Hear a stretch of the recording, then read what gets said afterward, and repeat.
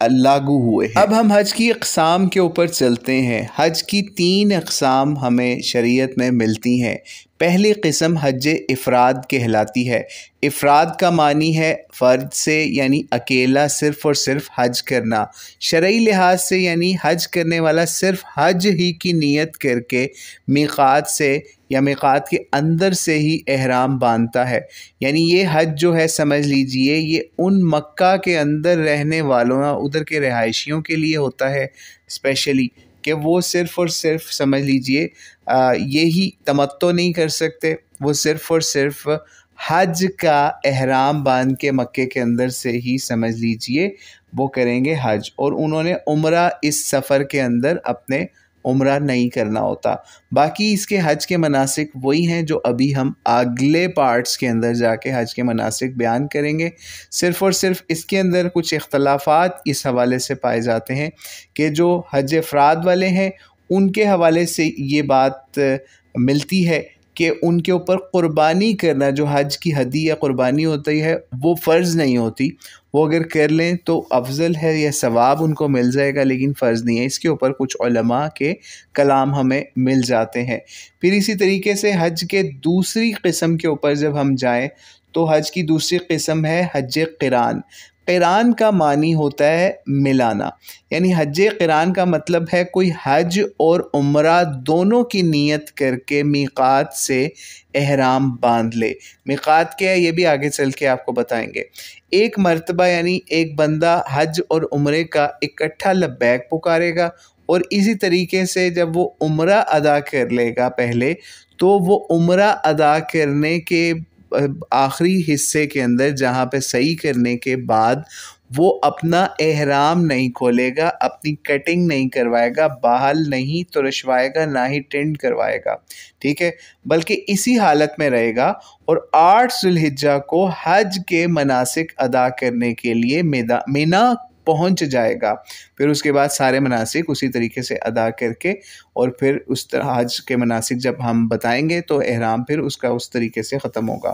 حج قران کرنے والے پر ایک ہی صحیح ہے علماء کے مطابق، ٹھیک ہے، یعنی جو صحیح انہوں نے کر لی پہلے وہ ان کے لیے کافی ہوگی، لیکن اگر وہ طواف عمرہ کے بعد صحیح کر کے فارغ ہو جائیں تو 10 ذی الحجہ کو رش سے بچنے کے حوالے سے وہ سہولت میں رہ سکتے ہیں، یعنی علماء کی اس حوالے سے رائے ہے، ٹھیک ہے۔ تو حج قران کرنے والے کے ذمہ قربانی جو ہے وہ بتایا جاتا ہے لازمی ہوتی ہے۔ اگر قربانی نہیں کر پائے تو وہ پھر 10 روزے رکھے، ٹھیک ہے، 3 حج کے دنوں میں اور 7 واپس آ کر۔ اب حج کا موسٹ امپورٹنٹ جو طریقہ ہے یا قسم ہے جسے حج تمتع کہتے ہیں۔ تمتع کا مطلب ہے فائدہ اٹھانا، یعنی ایک ہی سفر میں آپ ایک ہی نیت سے سمجھ لیجئے، یا پھر علیحدہ علیحدہ نیت بھی اس سفر کے اندر آپ کر سکتے ہیں کہ آپ اس سفر کے اندر دونوں چیزوں سے فائدہ اٹھائیں گے، حج سے بھی اور عمرے سے بھی، ٹھیک ہے۔ یعنی آپ مثال ہے آپ پہلے آ رہے ہیں تو پہلے آپ عمرہ کر کے اپنا احرام کھول دیں گے، پھر اس کے بعد حج کا احرام 8 ذی الحجہ کو باندھیں گے۔ اس کے اندر جو احتیاط پائی جاتی، کیونکہ آگے چل کے جو ہم حج کا طریقہ بیان کریں گے جو ڈیٹیل سے ہوگا، جس میں نبی علیہ السلام کے حج کا طریقہ بھی ہوگا، اس کے اندر آپ کو ہم واضح طور پہ بتائیں گے جو تمتع کے تمام طریقہ سمجھ لیجئے زیادہ فوکس اسی کے اوپر ہوگا، اور نبی علیہ السلام کا جو حج تھا وہ حج قران تھا، یہ بھی چیز ذہن میں رکھ لیجئے، ٹھیک ہے، کیونکہ نبی علیہ السلام اپنی قربانی اپنے ساتھ لے کے آئے ہوئے تھے، ٹھیک ہے، تو اس لیے نبی علیہ السلام نے حج قران کیا، لیکن اپنے دیگر صحابہ کو جو قربانیاں نہیں لائے تھے ان کو نبی علیہ السلام نے حج تمتع کی ہی طرف رجحان ان کا کروایا، یا ان کو آرڈر دیا کہ آپ تمتع ہی کریں۔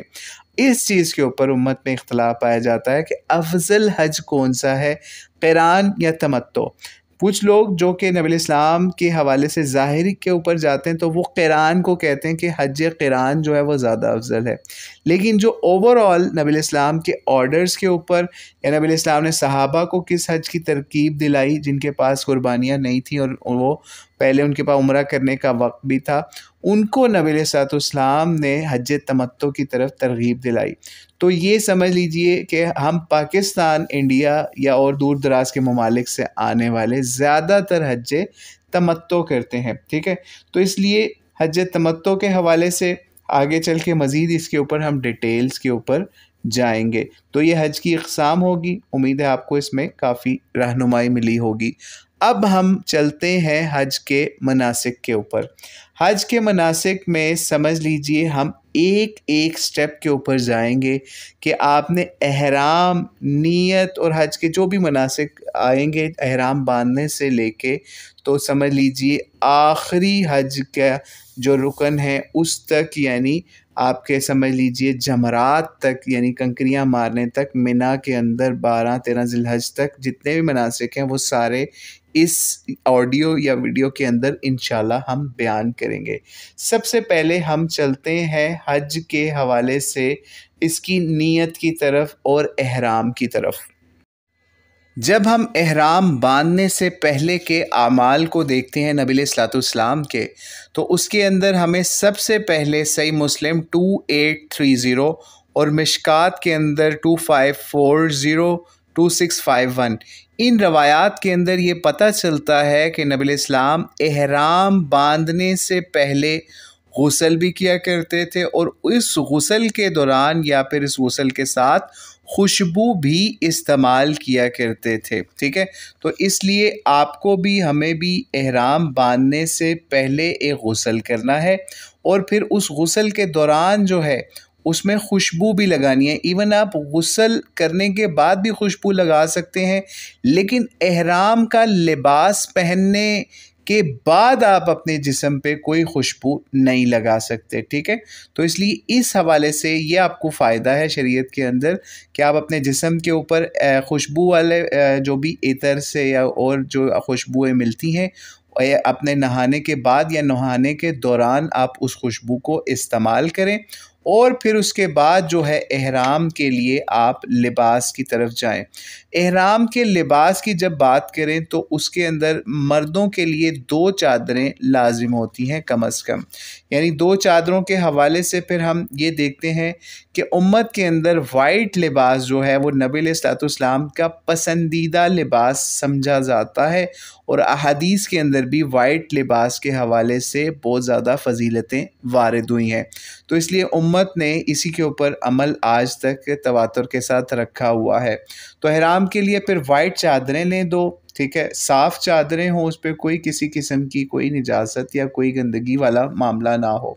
وہ اپنی اچھے طریقے سے اگر آپ کے پاس ہیں پہلے سے تو وہ دھلوا لیں۔ ایون اگر آپ نئی خرید رہے ہیں تو ان کو نئی خرید کے بھی سمجھ لیجئے ان کو احتیاط کے ساتھ پہن کے بھی دیکھ لیں کہ ہر لحاظ سے وہ ٹھیک ہیں، کسی قسم کا کوئی ان کے اندر نقص نہیں ہے، آپ کو باندھنا اور یہ سب چیزیں ان کا پہلے سے آتا ہو، اور اس میں آپ چل پھر کے بھی پہلے سے دیکھ لیں۔ یہ کام آپ احرام کی نیت یا باندھنا یا نہانا ان سب چیزوں سے پہلے چیک کر لیں اپنے احرام کے معاملات کہ کیا مرد جو ہیں وہ اس کے اندر آرام سے چل سکتے ہیں۔ اور جب ہم اس پہ عورتوں کے احرام کی طرف دیکھیں تو عورتوں کے لیے ہمیں کوئی اس کے حوالے سے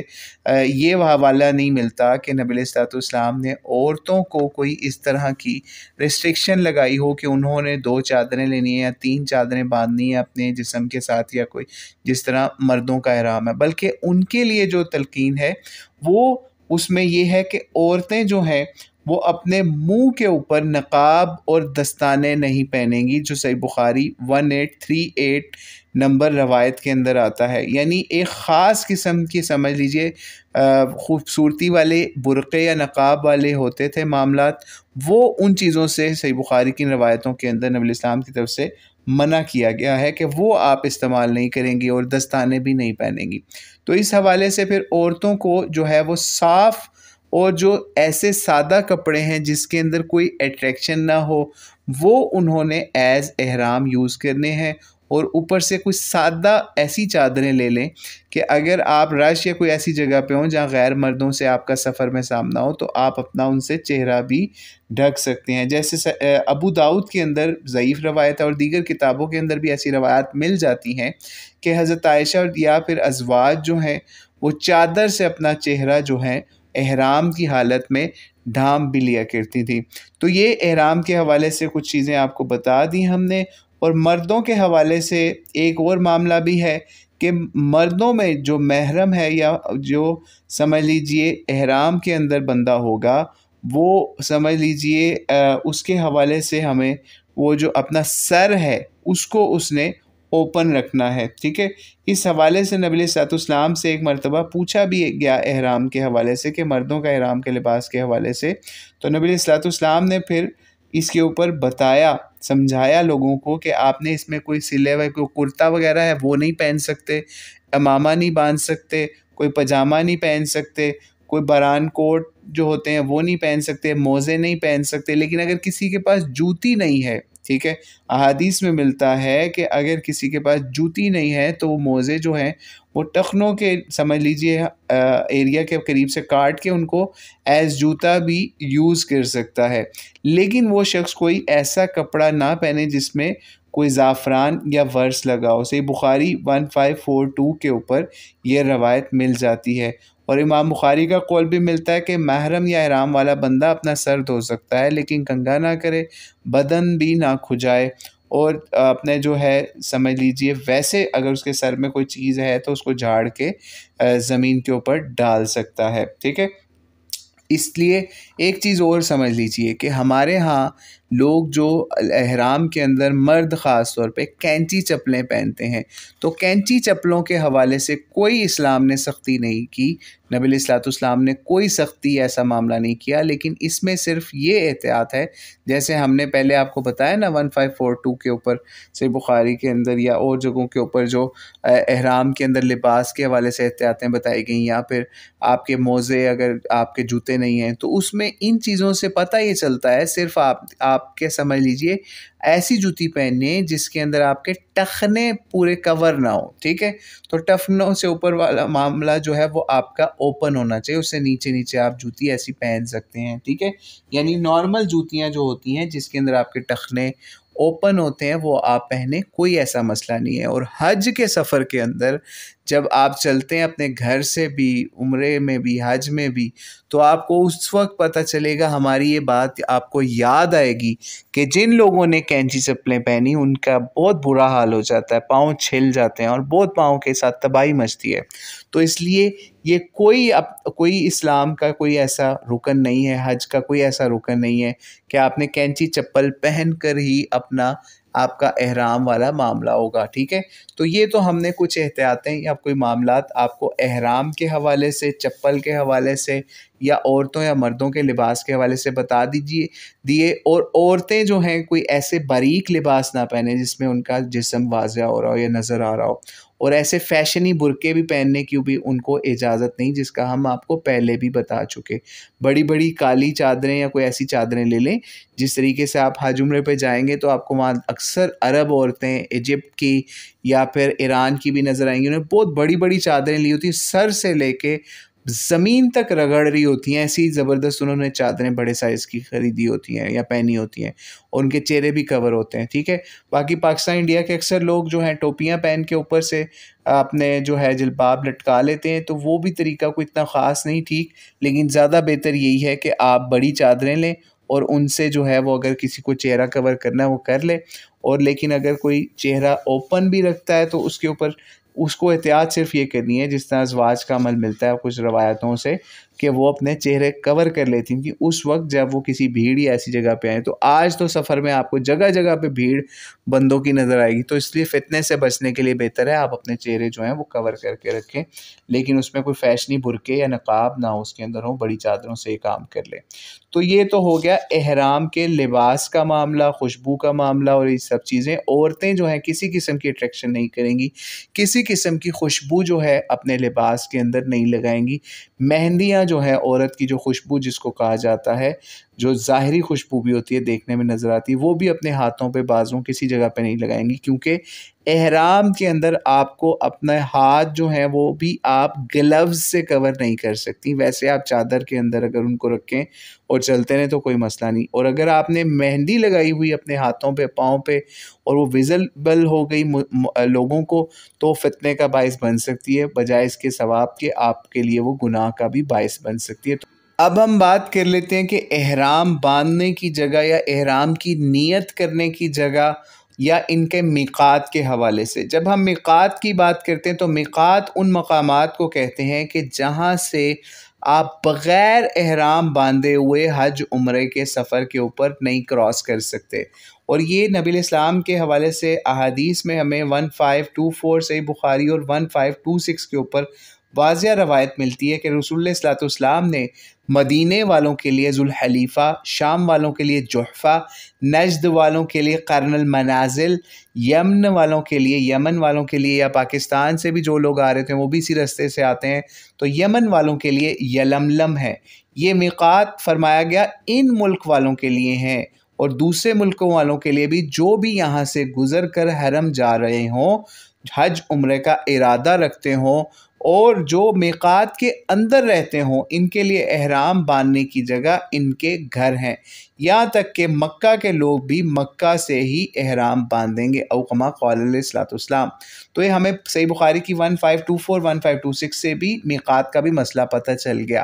اب یہ چیز سمجھ لیجئے، میقات جو پاکستان، انڈیا ایسے ممالک سے آ رہے ہوتے ہیں، ان کو اول تو کوشش یہی کرنی چاہیے، جو بائی ایئر آ رہے ہیں وہ جہاز پر بیٹھنے سے پہلے ہی احرام باندھ لیں، اور جہاز اڑنے کے بعد یا اس سے پہلے ہی احرام کی جو یہ عمرہ یا حج کی نیت جو ہے وہ کر لیں، ٹھیک ہے۔ اب وہ اس کی وجہ یہ ہے کہ کئی دفعہ جہاز کا عملہ آپ کو میقات کے بارے میں نہیں بتاتا۔ مسلمانوں کی فلائٹس اکثر ہوتی ہیں یا ان کو پتہ ہوتا ہے کہ حج کی فلائٹس ہیں یا عمرے کی فلائٹس ہیں، تو وہ اس وقت تو آپ کو بتا دیتے ہیں کہ جی علم آ رہا ہے، احرام باندھ لیں یا اس کی نیت کر لیں۔ لیکن اس حوالے سے احتیاط کا پہلو یہی ہے کہ آپ جہاز میں اڑنے سے پہلے ہی احرام باندھ چکے ہوں اور اس کی نیت کر چکے ہوں، ٹھیک ہے۔ تو اب ہم احرام باندھنے کے حوالے سے یا اس کی نیت کے حوالے سے بات کر لیتے ہیں۔ تو اس میں سمجھ لیجئے سب سے امپورٹنٹ چیز احرام باندھنے کے بعد جو ہے، احرام صرف اس 2 چادروں کا نام نہیں ہے، بلکہ اصل میں اس نیت میں، اس سفر کی نیت کے اندر داخل ہونے کا نام احرام ہوتا ہے، ٹھیک ہے۔ تو اس لیے اگر آپ کی مثال ہے ان 2 چادروں کے ساتھ کوئی ان کے ساتھ گندگی یا کوئی ایسا معاملہ ہو جائے تو آپ ان دونوں چادروں کو چینج بھی کر سکتے ہیں، یا پھر ان کو دھو کے ہی اسی طریقے سے تھوڑا سا چھڑک کے تو آپ ان کو بھی صاف کر کے پہن بھی سکتے ہیں، ٹھیک ہے۔ تو اسی حوالے سے جب ہم احرام کی نیت کے حوالے سے بات کرتے ہیں تو ہمیں عبداللہ بن عمر رضی اللہ تعالیٰ عنہما کے حوالے سے روایت ملتی ہے صحیح بخاری 1553 کے اوپر، کہ جب آپ ذوالحلیفہ میں صبح کی نماز پڑھ چکے ہوتے تو آپ پھر سمجھ لیجئے اپنی سواری پر بیٹھتے ہوئے، سمجھ لیجئے اس سے پہلے قبلہ رو ہو کے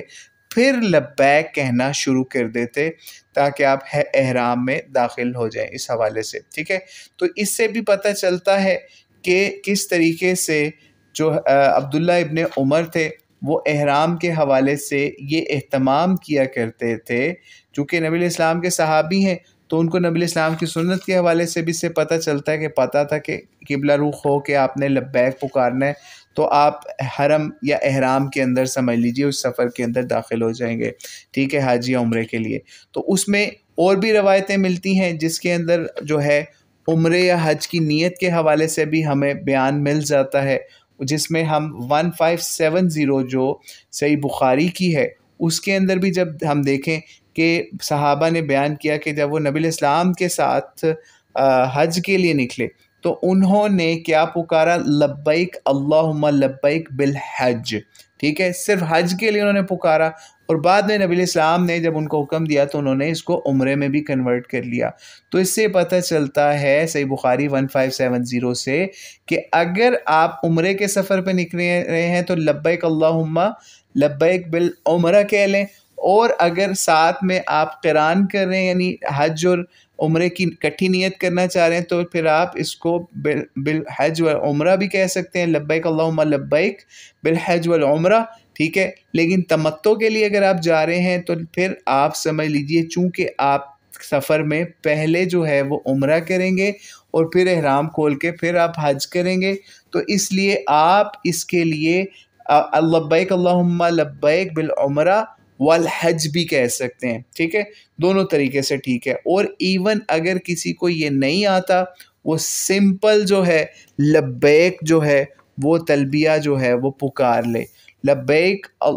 کیا ہے وہ بھی آپ کے سامنے ہم ابھی پڑھ دیتے ہیں. لبیک اللہم لبیک لبیک لا شریک لک لبیک ان الحمد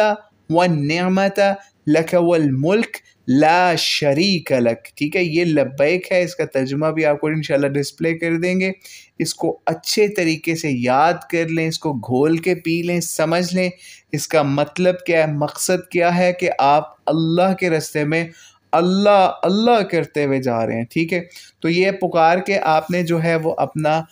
سمجھ لیجئے حج کا یا عمرے کا سفر سٹارٹ کر لینا ہے. ٹھیک ہے، یہ آپ کے سمجھ لیجئے اس وقت حج یا عمرے کے لیے سب سے پہلا جو سمجھ لیجئے فیز ہے وہ سٹارٹ ہو چکا ہے. اسی طریقے سے ہمیں یہ بھی چیز ملتی ہے روایات کے اندر کہ جب کچھ صحابہ میں سے عبداللہ بن عمر کا بھی یہ معاملہ ملتا ہے کہ وہ جب اس طریقے سے قبلہ رخ ہو کے لبیک کہنا شروع کرتے تھے نا، یعنی احرام باندھنے کے بعد،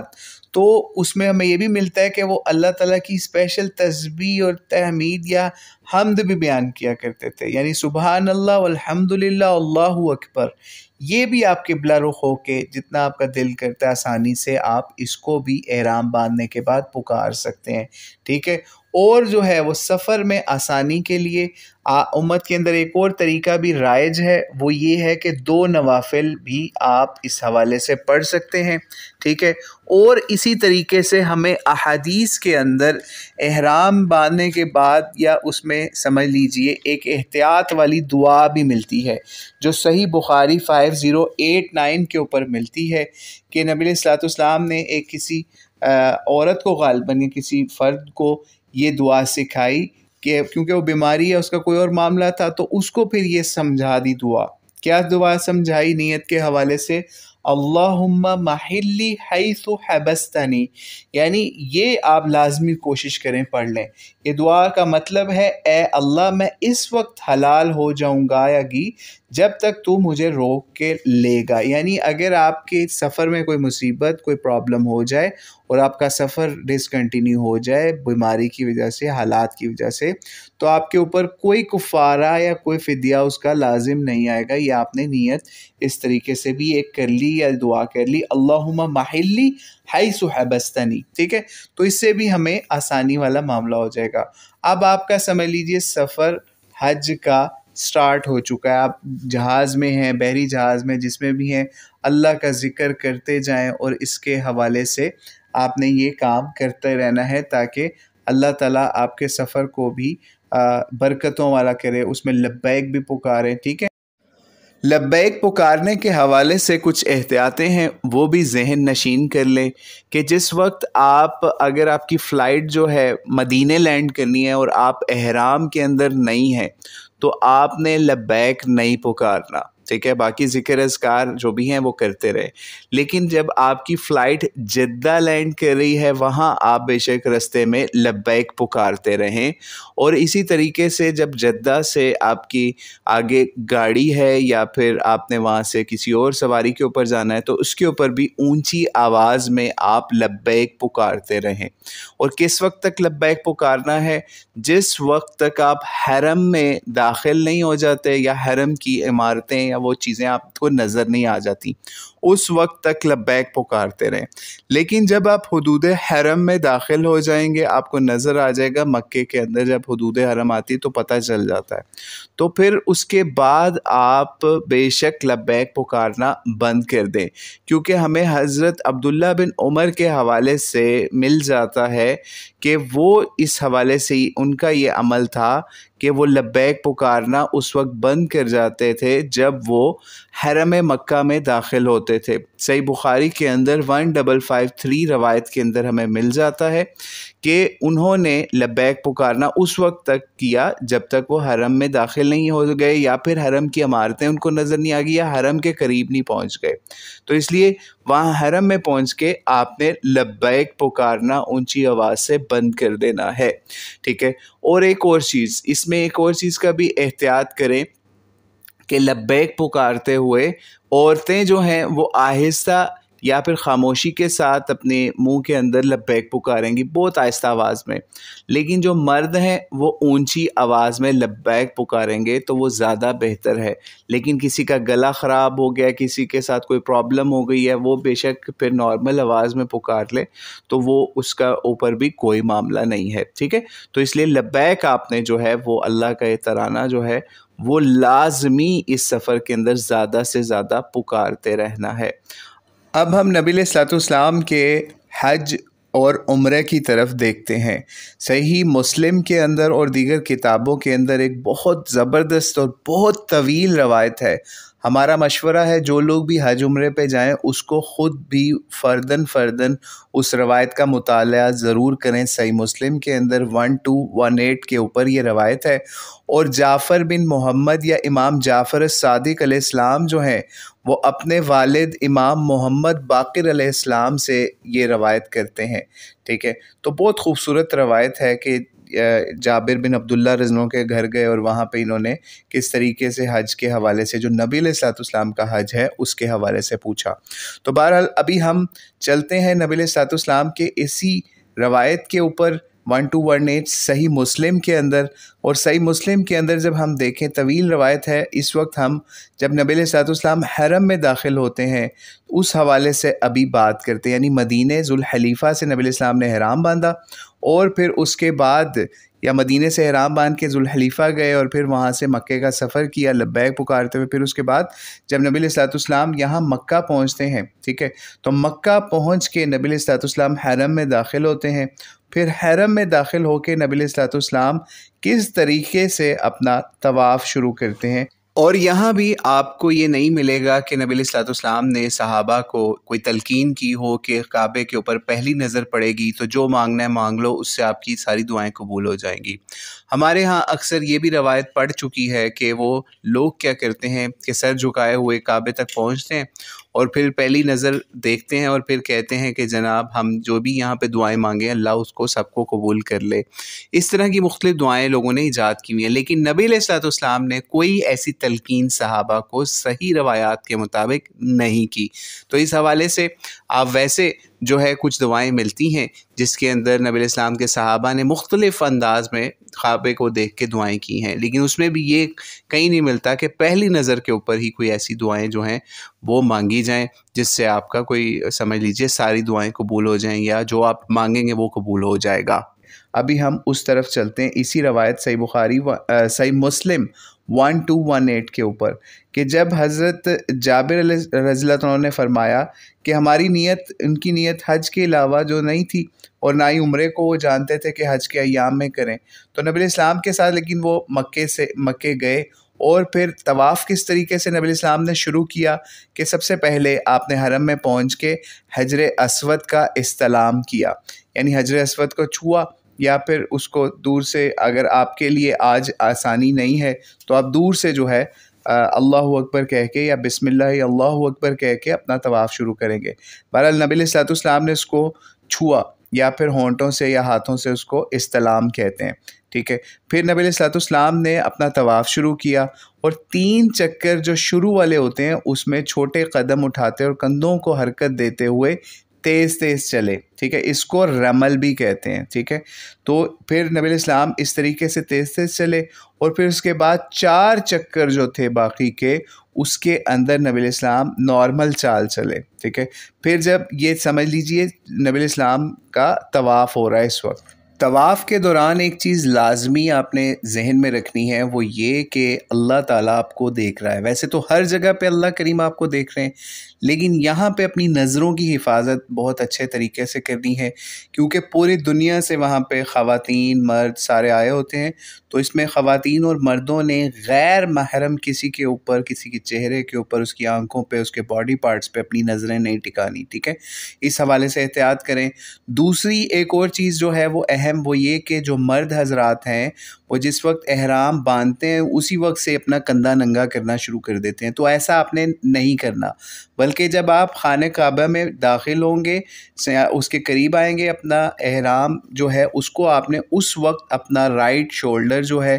وہ اس کو اوپن کر کے نکال لینا ہے، اور باقی اپنا جو لیفٹ شولڈر ہے اس کو اسی طریقے سے کور رہنے دینا ہے. اور نماز کا وقت اگر آ جائے اس دوران، یعنی آپ کے طواف کے دوران، تو آپ نے اپنے دونوں کندھے کور کر کے نماز کو ادا کرنا ہے. یہ کندھا اوپن کرنا جو ہے سمجھ لیجئے یہ صرف اور صرف طواف کے اندر آپ نے کرنا ہے. سعی کے اندر جب آپ جائیں گے تو وہاں پہ بھی اس کندھا ننگا کرنے کی ضرورت نہیں ہے، اگر کسی نے کر لیا تو کوئی مسئلہ نہیں ہے، ٹھیک ہے. لیکن یہ حرم سے نکلنے کے بعد یا پھر اپنا طواف مکمل کرنے کے بعد آپ نے جو نوافل بھی آگے پڑھنے ہیں وہ بھی آپ نے کندھے کور کر کے پڑھنے ہیں، ٹھیک ہے. تو یہ بھی بڑی احتیاط کریں کہ یہ کوئی اپنی باڈی کا شو نہیں وہاں پہ آپ نے کرنا مردوں نے، بلکہ اس حوالے سے بڑی احتیاط اور اللہ سے ڈرتے ہوئے اس حوالے سے چلنا ہے. اور کوئی سیلفیاں، کوئی ایسی چیز آپ احرام کے اندر نہیں لیں گے، کوئی شو آف نہیں کریں گے، کیونکہ جو ریا ہے نا اس کو شرک اصغر کہا گیا ہے. تو اس لیے اگر آپ ریاکاری آپ کی کوئی بھی ایسی سامنے آ گئی تو اللہ تعالیٰ آپ کو خود ہی پوچھیں گے، ہم اس پہ کوئی فتویٰ نہیں لگاتے. لیکن اگر آپ خانہ کعبے کو بیک پہ رکھ کے طواف شروع کرنے سے پہلے ولاگنگ شروع کر دیتے ہیں، اپنی ویڈیوز اور اپنی تصویریں جو ہے سوشل میڈیا کے اوپر شیئر کرنا شروع کر دیتے ہیں، تو اللہ تعالیٰ سے آپ کو ڈر جانا چاہیے اس حوالے سے. اور اسی طریقے سے نبی اسلام کی جو مسنون دعا جو بہت زبردست ملتی ہے، جو کہ آپ نے رکن یمانی اور حجر اسود کے درمیان میں پڑھی، وہ ربنا آتنا فی الدنیا حسنہ وفی الآخرۃ حسنہ وقنا عذاب النار، یہ ہمیں ملتی ہے، جو کہ مشہور دعا جو ہے نبی اسلام کی، کہ اللہ تعالیٰ آپ کے جو ہے وہ دنیا میں بھی اچھا آپ کے ساتھ معاملہ فرمائے اور آخرت میں بھی آپ کے لیے بھلائی اور اچھائی والا معاملہ فرمائے، اور آپ کو عذاب سے یا پھر جہنم ان چیزوں سے محفوظ کرے. تو یہ دعا بھی پڑھیں، اور جو دعائیں آپ کو آتی ہیں وہ کریں، جو آپ کو قرآن آتا ہے وہ پڑھیں، جو آپ پڑھنا چاہتے ہیں وہاں پہ درود اور سلام جو چیز پڑھنا چاہتے ہیں، لیکن ایسے پڑھیں کہ لوگ ڈسٹرب اس سے نہ ہوں آپ کی ان چیزوں سے. اکثر آپ نے دیکھا ہوگا ایک بندہ اونچی اونچی پڑھ رہا ہوتا ہے، لوگ اس کے پیچھے پیچھے پڑھ رہے ہوتے ہیں. تو کوشش کریں وہ معاملہ نہ ہو کہ باقی لوگ ڈسٹرب نہ ہو اس طواف کے اندر آپ کی باتوں سے یا آواز سے. اور وہاں پہ کوئی ویڈیو کالز، آڈیو کالز اس کی کوئی وہ بھی نہ کریں. اکثر لوگ وہاں پہ ویڈیو کالز کھول کے اپنے گھر والوں کو کہہ رہے ہوتے ہیں جی یہ لو بات کر لو یہاں پہ، یا پھر ویڈیو کال آن کی ہوتی ہے. مطلب یہ کوئی طریقہ نہیں ہے کہ آپ ایک اللہ کی عبادت کرنے آئے اور آپ ان کاموں کے اندر وہاں پہ بھی اپنا یہ کام چھوڑ نہیں رہے. اور طواف کے دوران آپ کعبے کو بھی دیکھ سکتے ہیں، ٹھیک ہے. تو اس لیے یہ بھی ایک ایسا معاملہ ہے جو لوگوں کی طرف سے اپنا خود ساختہ ہے کہ آپ اس دوران کعبے کو نہیں دیکھ سکتے یا کعبے کو ٹچ بھی نہیں کر سکتے طواف کرتے ہوئے. تو ایسی کوئی بات نہیں ہے، ٹھیک ہے. تو آپ کعبے کو بھی ٹچ کر سکتے ہیں، کعبے کے کسی پارٹ کو بھی ٹچ کر سکتے ہیں، لیکن کوشش یہ کریں کہ جو کعبے کا غلاف وغیرہ ہے اس کو جو ہے وہ چومے نہ اور اس طرح کا معاملہ نہ کریں، کیونکہ نبی علیہ الصلوۃ والسلام نے یہ کام نہیں کیا. جو حجر اسود ہے اس کو کریں، یا پھر رکن یمانی ہے اس کو آپ ٹچ کر سکتے ہیں، اس کو بھی چومنا نہیں ہے آپ نے، ٹھیک ہے. اگر کسی کونے کو آپ ٹچ کر لیتے ہیں ٹھیک ہے، لیکن طواف کے اندر اپنے خلل نہ آنے دیں، ٹھیک ہے. زیادہ سے زیادہ کسی کونے کو آپ نے اگر ٹچ کر لیا تو وہ بہت ٹھیک ہے، یا اس کے لیے آپ کو کچھ ویٹ کرنا پڑ گیا حجر اسود کے لیے جیسے کہ، تو وہ ٹھیک ہے. لیکن عورتیں اس حوالے سے بہت احتیاط کریں، وہ وہاں پہ بالکل نہ جائیں تاکہ ان کی عزت، ناموس اور ان کے جو پردہ ہے اس کے حوالے سے کوئی معاملہ نہ ہو. اکثر لوگ اس حوالے سے بے احتیاطی کرتے ہیں اور بعد میں ان کو بہت خمیازہ بھگتنا پڑتا ہے. پھر اسی طریقے سے جب نبی علیہ الصلوۃ والسلام مقام ابراہیم کی طرف بڑھے، یعنی 7 چکر پورا کرنے کے بعد نبی علیہ الصلوۃ والسلام مقام ابراہیم علیہ السلام کی طرف بڑھے اور یہ آیت تلاوت فرمائی وَاتَّخِذُوا مِن مَقَامِ إِبْرَاهِيمَ مصلی، جو کہ سورہ بقرہ کی آیت نمبر 125 ہے. اور پھر نبی علیہ الصلوۃ والسلام نے یعنی اس کا مطلب یہ تھا کہ مقام ابراہیم پر آپ اپنی نماز کی جگہ بناؤ. تو نبی علیہ السلام نے مقام ابراہیم کو اپنے اور بیت اللہ کے درمیان میں رکھا، اور آپ نے بھی ایسی کوشش کرنی ہے کہ آپ بیت اللہ کو اور بیت اللہ آپ کے سامنے ہو اور اس کے اور آپ کے درمیان میں مقام ابراہیم آ جائے، ٹھیک ہے، جیسے نبی علیہ السلام نے کیا، ٹھیک ہے. پھر اس کے بعد آپ نے 2 نوافل وہاں پہ ادا کیے. اور اسی روایت کے اندر 1218 صحیح مسلم میں ملتا ہے کہ نبی علیہ السلام کے حوالے سے کہ انہوں نے ان نوافل کے اندر بتایا جاتا ہے کہ آپ قل هو اللہ احد اور سورہ قل یا ایھا الکافرون پڑھا کرتے تھے۔ یہ پڑھنے کے بعد نبی علیہ السلام حجر اسود کے پاس تشریف لائے، اس کا استلام کیا، یعنی طواف کرنے کے بعد نبی علیہ السلام پھر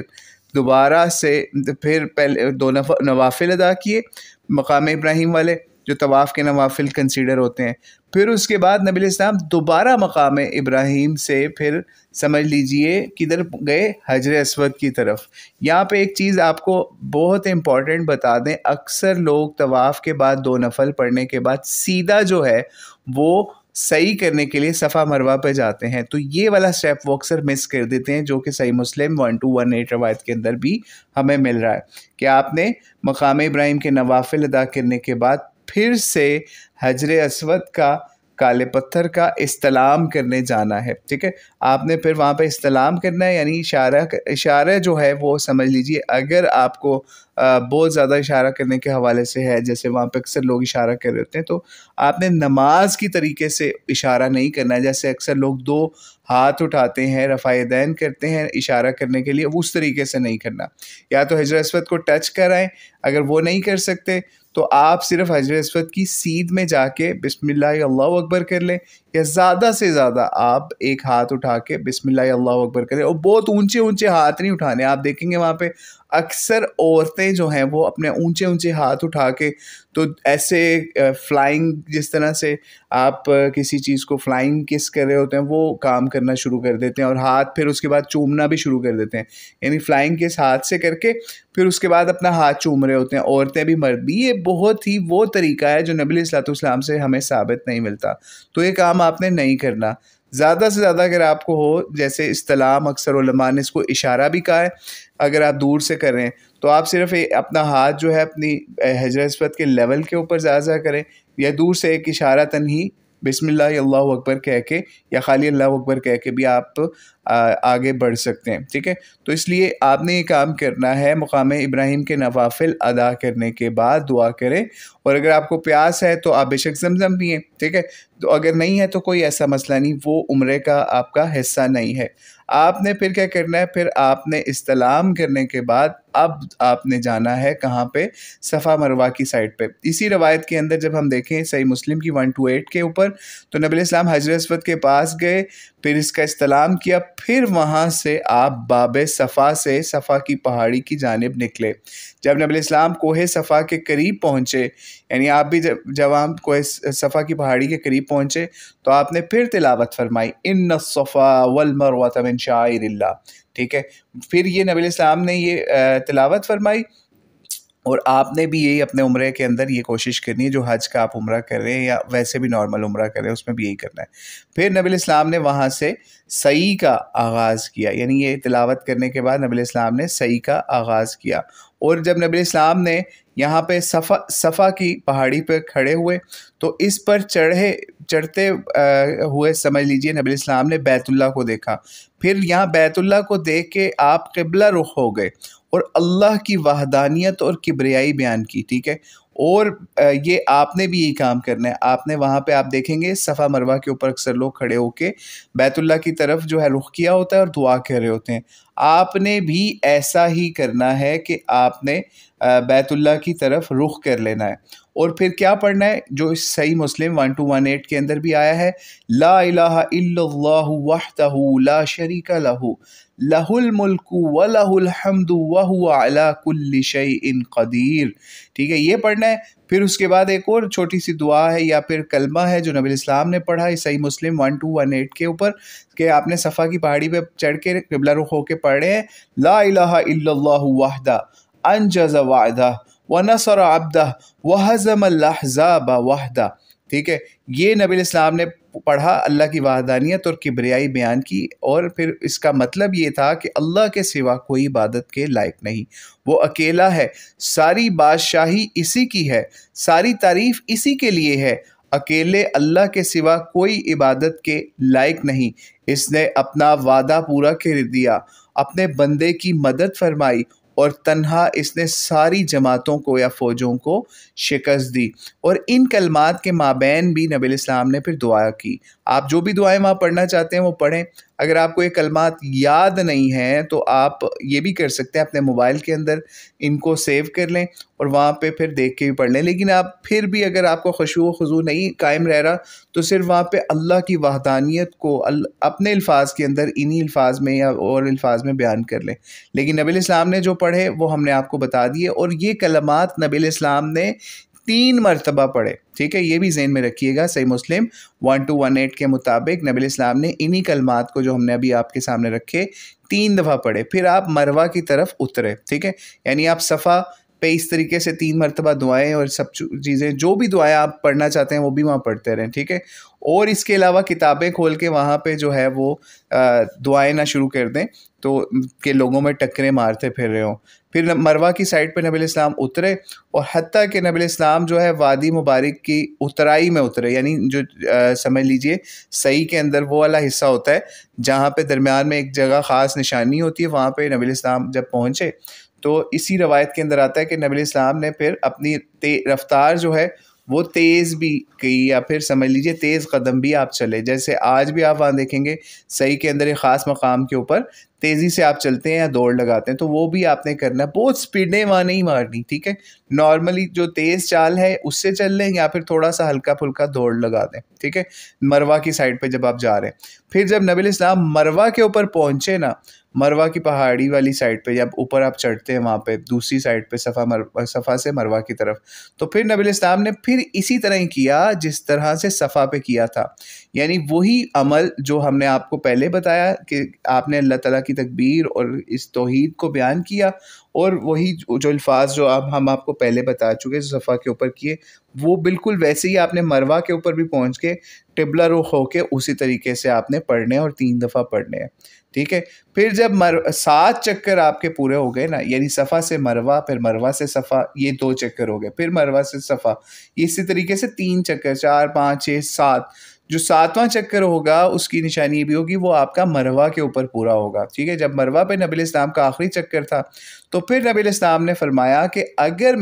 میرے سامنے وہ بات ہوتی جو بعد میں آئی ہے، یعنی نبی الاسلام کو بعد میں اللہ تعالیٰ کی طرف سے معلوم پڑی وہ بات، تو میں اپنے ساتھ قربانی نہ لاتا اور اس کو عمرے میں بدل دیتا. یعنی نبی الاسلام تو حج کرنے کے لیے آئے تھے، لیکن جب اللہ تعالیٰ کی طرف سے حکم آیا تو نبی الاسلام نے اس کو جو لوگ بھی اپنے ساتھ قربانی نہیں لائے ہوئے تھے ان کو پھر سمجھایا کہ آپ نے کیا کرنا ہے، آپ نے اپنے حج کو عمرے میں تبدیل کر دینا ہے، کیونکہ ایام ابھی باقی تھے حج کے. ٹھیک ہے، تو پھر نبی الاسلام نے کے عمل کے یا پھر آرڈر کے اوپر جو صحابہ اپنے ساتھ قربانیاں نہیں لائے تھے انہوں نے اپنے اس احرام کو عمرے میں بدل دیا. کس طریقے سے بدلا؟ نبی الاسلام کے آرڈر کے اوپر صحابہ نے اپنے بالوں کو قصر کروا دیا. یہ بہت امپورٹنٹ بات ہے. جب آپ حج کے لیے جا رہے ہیں اور حج کا عمرہ جو آپ کر رہے ہوں گے، وہ اسی روایت کے اندر صحیح مسلم کی 128 کے اندر آتا ہے کہ صحابہ نے قصر کروائی. نبی الاسلام نے ان کو آرڈر دیا تو انہوں نے قصر کروائی. قصر کیا ہوتا ہے؟ 2 چیزیں ہوتی ہیں، ایک حلق ہے جس کو ٹینڈ کہتے ہیں ہماری اردو لینگویج کے اندر، اور جو ایک ہے بال ترشوانا یا کٹوانا، اس کو ہم قصر کہتے ہیں، یا بال چھوٹے کروانا. تو یہی اس روایت سے ثابت ہوتا ہے صحیح مسلم 1218 کے اوپر کہ صحابہ نے پھر قصر کروائی. یعنی یہ سمجھ لیجئے 1/3 بھی اس کو اکثر لوگ کہتے ہیں. یعنی آپ کے اگر بال ہیں تو 100% اگر آپ کے بال ہیں وہ تقریباً 25-30% آپ نے کٹوانے ہیں. جو وہاں کے حجام ہوتے ہیں ان کو آپ نے بتا دینا ہے کہ آپ کے بال جو ہیں وہ آپ نے قصر کرنا ہے، حلق نہیں کرنا، کیونکہ آپ حلق کریں گے یا ٹینڈ کریں گے جب آپ حج سے فارغ ہو رہے ہوں گے. ٹھیک ہے، تو اس طریقے سے نبی الاسلام نے صحابہ کو جب کہا تو انہوں نے اپنے پھر بال جو ہے ترشوا دی، لیکن نبی الاسلام نے پھر اپنے بال نہیں ترشوائے یا کٹوائے، کیونکہ نبی الاسلام اپنے ساتھ قربانیاں لے کے آئے ہوئے تھے. پھر اسی روایت کے اندر صحیح مسلم کے اندر یہ بھی بات ملتی ہے کہ جب حضرت علی کو بھی نبی الاسلام نے پیچھے سے بھیجا ہوا تھا کسی اور علاقے کی سائڈ پہ، تو جب حضرت علی یمن سے رسول اللہ السلام کی قربانیاں اور اونٹنیاں وغیرہ لے کے آئے نا، تو انہوں نے حضرت فاطمہ رضی اللہ تعالیٰ عنہ کو دیکھا. انہوں نے احرام اپنا ختم کر دیا ہوا تھا اور رنگین نارمل کپڑے پہنے ہوئے تھے اور سرما بھی لگایا ہوا تھا. اس سے بھی ہمیں پتہ چلتا ہے کہ عورتوں کو نارمل کپڑے جو ہیں وہ پہننے ہیں، کوئی رنگین کپڑے یا اٹریکشن والے کپڑے نہیں پہننے. جیسے سیدہ فاطمہ سلام اللہ علیہا کا بھی یہاں ہمیں عمل جو ہے وہ نظر آ گیا کہ حضرت علی نے ان کو ان کے نارمل کپڑوں سے پہچان لیا کہ انہوں نے اپنا احرام والے کپڑے جو ہیں وہ چینج کر لیے ہوئے تھے اور ایون سرما بھی لگایا ہوا تھا. اس سے بھی ہمیں یہ چیز پتہ چل گئی کہ احرام کے اندر عورتوں نے اپنی اٹریکشن والی کوئی چیز نہیں کرنی. یعنی فار ایگزامپل بھویں نہیں بنانی، اپنا جو ہے وہ سرما نہیں لگانا، میک اپ نہیں کرنا، اس طرح کی جولری نہیں پہننی، کوئی ایسا کام نہیں کرنا جس سے کسی قسم کی آپ کے شوہر کے لیے یا غیر مردوں کے لیے کسی کے لیے بھی اٹریکشن کا وہ باعث بن رہے ہو. تو یہ صحیح مسلم 1218 حدیث بہت امپورٹنٹ ہے، اس کو بہت غور سے پڑھیے گا. آپ کو حج اور عمرے کے درجنوں مسائل جو ہیں جو آپ کو علماء بھی نہیں بیان کر سکیں گے وہ اس کے اندر آپ کو انشاءاللہ تعالی مل جائیں گے. تو حضرت علی نے پھر نبی علیہ السلام سے پھر پتہ کیا کہ اس طریقے سے میرا احرام کا کیا معاملہ ہے. تو نبی علیہ السلام نے پھر ان کو سارا اس حوالے سے بتا دیا کہ اگر میں نے اس لیے احرام نہیں کھولا اور باقی لوگوں کو میں نے اس لیے احرام کا حکم دے دیا کہ وہ لوگ قربانیاں اپنی ساتھ نہیں لے کے آئے ہوئے تھے. یعنی اس سے بھی پتہ چل گیا جن لوگوں نے احرام کھول دیا تھا وہ اب حج تمتع میں داخل ہوئے ہیں. ٹھیک ہے، اور یعنی انہوں نے عمرہ کر کے احرام کھول دیا. اور جنہوں نے احرام نہیں کھولا جیسے نبی علیہ الصلوۃ والسلام یا حضرت علی، تو انہوں نے کیوں نہیں کھولا؟ کیونکہ اب یہ حج قران کے اندر داخل ہو گئے ہیں. لوگ اپنی قربانیاں کیونکہ ساتھ لے کے آئے ہوئے تھے، نبی علیہ السلام بھی اور حضرت علی بھی. ٹھیک ہے، تو اس طریقے سے پھر اس کے بعد اسی 1218 صحیح مسلم کے اندر جب ہم دیکھیں تو پھر پتہ چلتا ہے کہ جب یوم ترویہ آیا نا، جس کو 8 ذی الحجہ کو یوم ترویہ بھی کہتے ہیں. ٹھیک ہے، تو اس دن جو ہے پھر لوگ منی کی طرف روانہ ہوئے نبی علیہ السلام کے ساتھ. ٹھیک ہے، اور پھر حج کا احرام باندھ کر لوگوں نے تلبیہ پکارا. یعنی لوگ جو اپنی اپنی رہائشوں پہ تھے، جہاں پہ بھی تھے، انہوں نے وہیں سے سمجھ لیجیے اپنا احرام باندھ لیا. یہاں پہ ایک اور بھی ایک مسٹیک اکثر آتی ہے جس کی طرف علماء بھی اشارہ کرتے ہیں یا بتاتے ہیں کہ لوگوں نے یہ مشہور کر دیا کہ جناب جو آپ کا احرام ہے نا، آپ نے مسجد الحرام سے باندھنا ہے آ کے، تو پھر وہاں سے تلبیہ پکارنا ہے. تو ایسا کوئی دین کے اندر سختی نہیں ہے. آپ اپنی رہائش سے یا اپنے ہوٹل سے ہی آپ احرام باندھیں اور تلبیہ پکاریں حج کے لیے، حج کی نیت کا، اور آپ 8 ذی الحجہ کو پھر روانہ ہو جائیں. نبی علیہ السلام کی جب ہم دیکھتے ہیں 1218 کے اوپر، تو نبی علیہ السلام اپنی سواری پر سوار ہو گئے اور آپ علیہ السلام نے وہاں پر یعنی منی میں ظہر، عصر، مغرب، عشاء اور فجر کی نمازیں ادا کیں. پھر آپ علیہ الصلوۃ والسلام وہاں پہ کچھ ٹھہرے حتیٰ کہ سورج طلوع ہو گیا. تو آپ علیہ الصلوۃ والسلام نے پھر حکم دیا کہ بالوں سے بنا ہوا ایک خیمہ نبی علیہ السلام کے لیے نمرہ میں لگایا گیا. ٹھیک ہے، یعنی نمرہ جو کہ عرفات کے اندر ہے، عرفات کے ساتھ ہے، وہاں پہ نبی علیہ السلام کے لیے خیمہ بنایا گیا. پھر آپ علیہ السلام وہاں پہ چل پڑے اور وہاں پہنچے، یعنی منی سے پھر آپ عرفات میں گئے صحیح مسلم 1218 کے مطابق. اور پھر قریش کو اس حوالے سے کوئی شک نہیں تھا کہ نبی علیہ السلام مشعر حرام کے پاس جا کے ٹھہریں گے جیسا کہ قریش جاہلیت میں کیا کرتے تھے. لیکن نبی علیہ السلام یہاں سے گزر گئے یہاں تک کہ عرفات پہنچ گئے. مشعر الحرام جو ہے مزدلفہ کے قریب ایک مقام آتا ہے. ٹھیک ہے، تو آپ نے یہ چیز ذہن میں رکھنی ہے کہ آپ نے مشعر الحرام کے نزدیک اسی 1218 صحیح مسلم کے مطابق آپ نے مشعر الحرام کے قریب منی سے عرفات جاتے ہوئے نہیں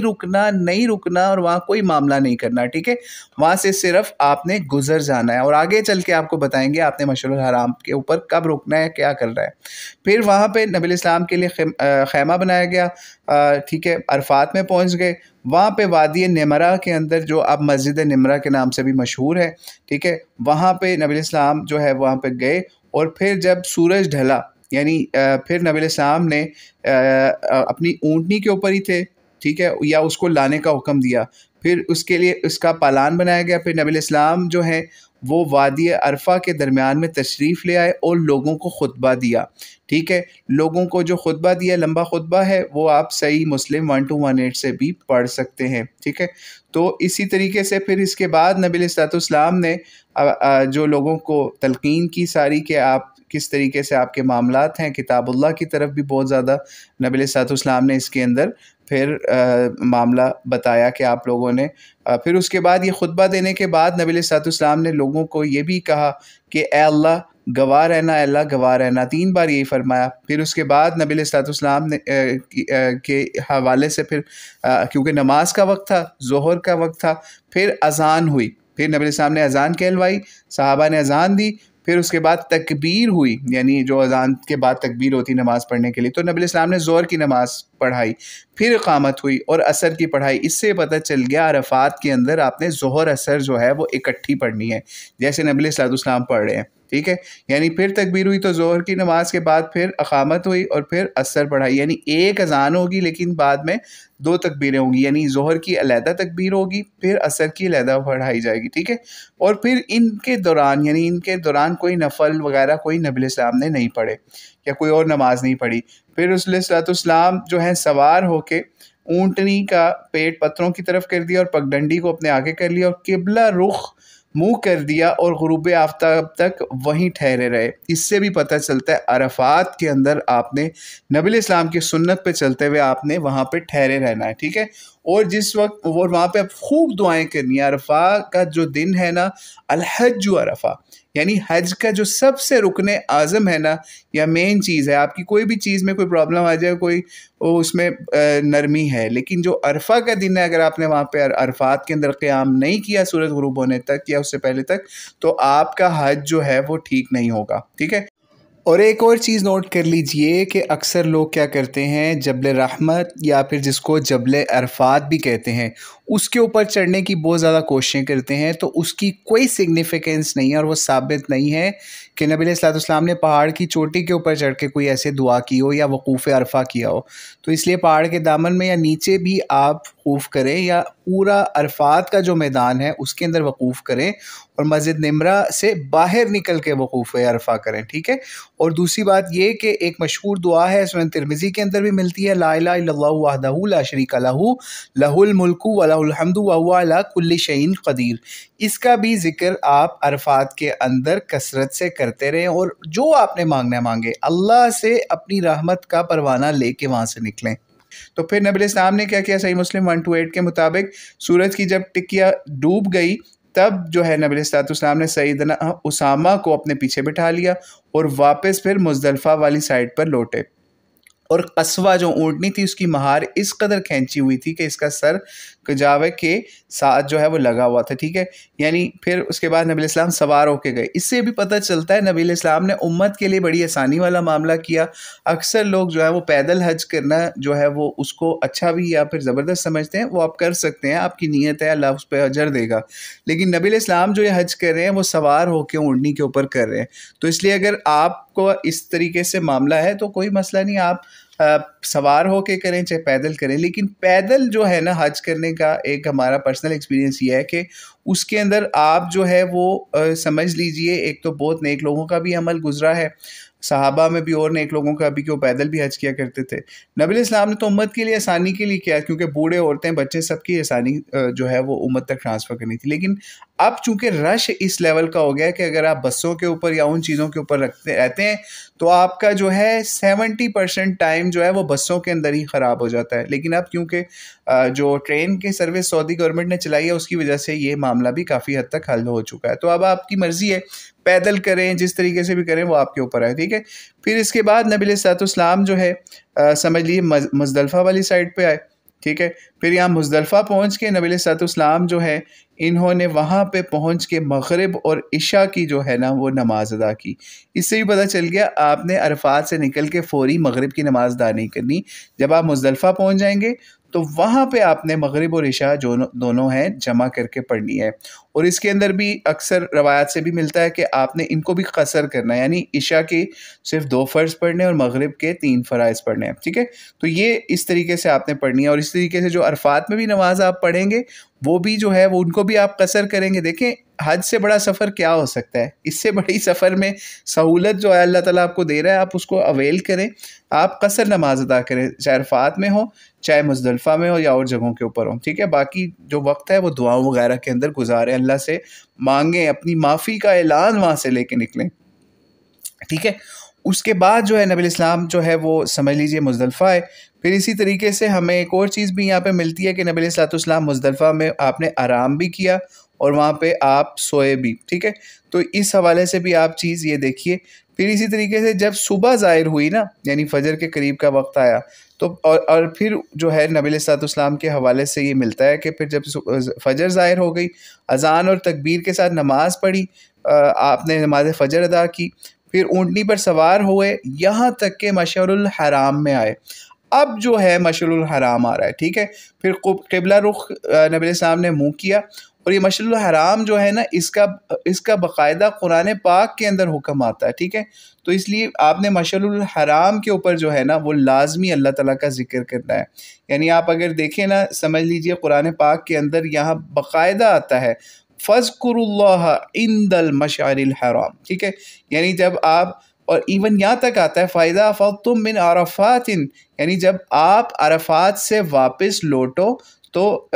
کیا کرنا ہے آپ نے، فَاذْكُرُوا اللَّهَ عِنْدَ الْمَشْعَرِ الْحَرَامِ، ٹھیک ہے۔ آپ نے مشعر الحرام کے قریب اللہ تعالیٰ کا ذکر جو ہے وہ لازمی کرنا ہے۔ سورہ بقرہ کے اندر 198 آیت کے اندر اس کا باقاعدہ حکم ہے۔ تو اسی حکم کو بجا لاتے ہوئے نبی علیہ السلام نے مشعر الحرام کے اوپر واپسی کے اوپر،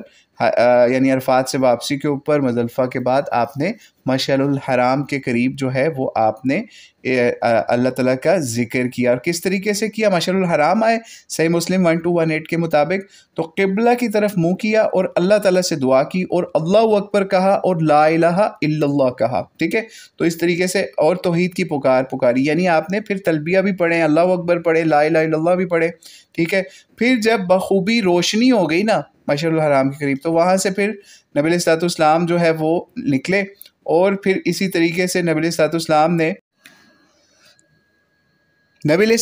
نے جمرہ کبریٰ کی طرف جو ہے اپنا سفر پھر وہاں سے شروع کر لیا۔ یہ سمجھ لیجئے اس وقت آپ 10 ذی الحجہ کے اوپر آ چکے ہیں۔ پہلے آپ 8 ذی الحجہ کو مینا میں آئے، پھر اس کے بعد 9 ذی الحجہ کو آپ عرفات گئے، پھر عرفات کے اندر پورا دن گزارنے کے بعد آپ مزدلفہ آئے، وہاں پہ رات کو آرام بھی کیا، ٹھیک ہے، اور مغرب عشاء بھی پڑھی۔ لیکن یہاں ایک احتیاط ضرور آپ نے کرنی ہے کہ کوشش یہ کریں کہ اگر رات 12 بجنے والے ہوں تو آپ نے، اگر آپ مزدلفہ کے قریب بھی پہنچ گئے تو آپ نے اپنی نماز کو ڈیلے مزید نہیں کرنا، آپ نے مغرب عشاء جو ہے اکٹھی لازمی ادا کر لینی ہے، ٹھیک ہے۔ کیونکہ کئی دفعہ رش اتنا زیادہ ہو جاتا ہے کہ لوگوں کو مزدلفہ پہنچتے اگر وہ پیدل ہے یا سواری کے اوپر، تو ان کو وہاں پہنچتے کئی دفعہ رات کے 2 3 بھی بج جاتے ہیں۔ تو اس حالت میں آپ نے اپنی نماز کو وقت پہ ادا کر لینا ہے، یعنی رات 10 11 12 حد 12 بجے سے پہلے آپ نے مغرب عشاء کو لازمی ادا کر لینا ہے،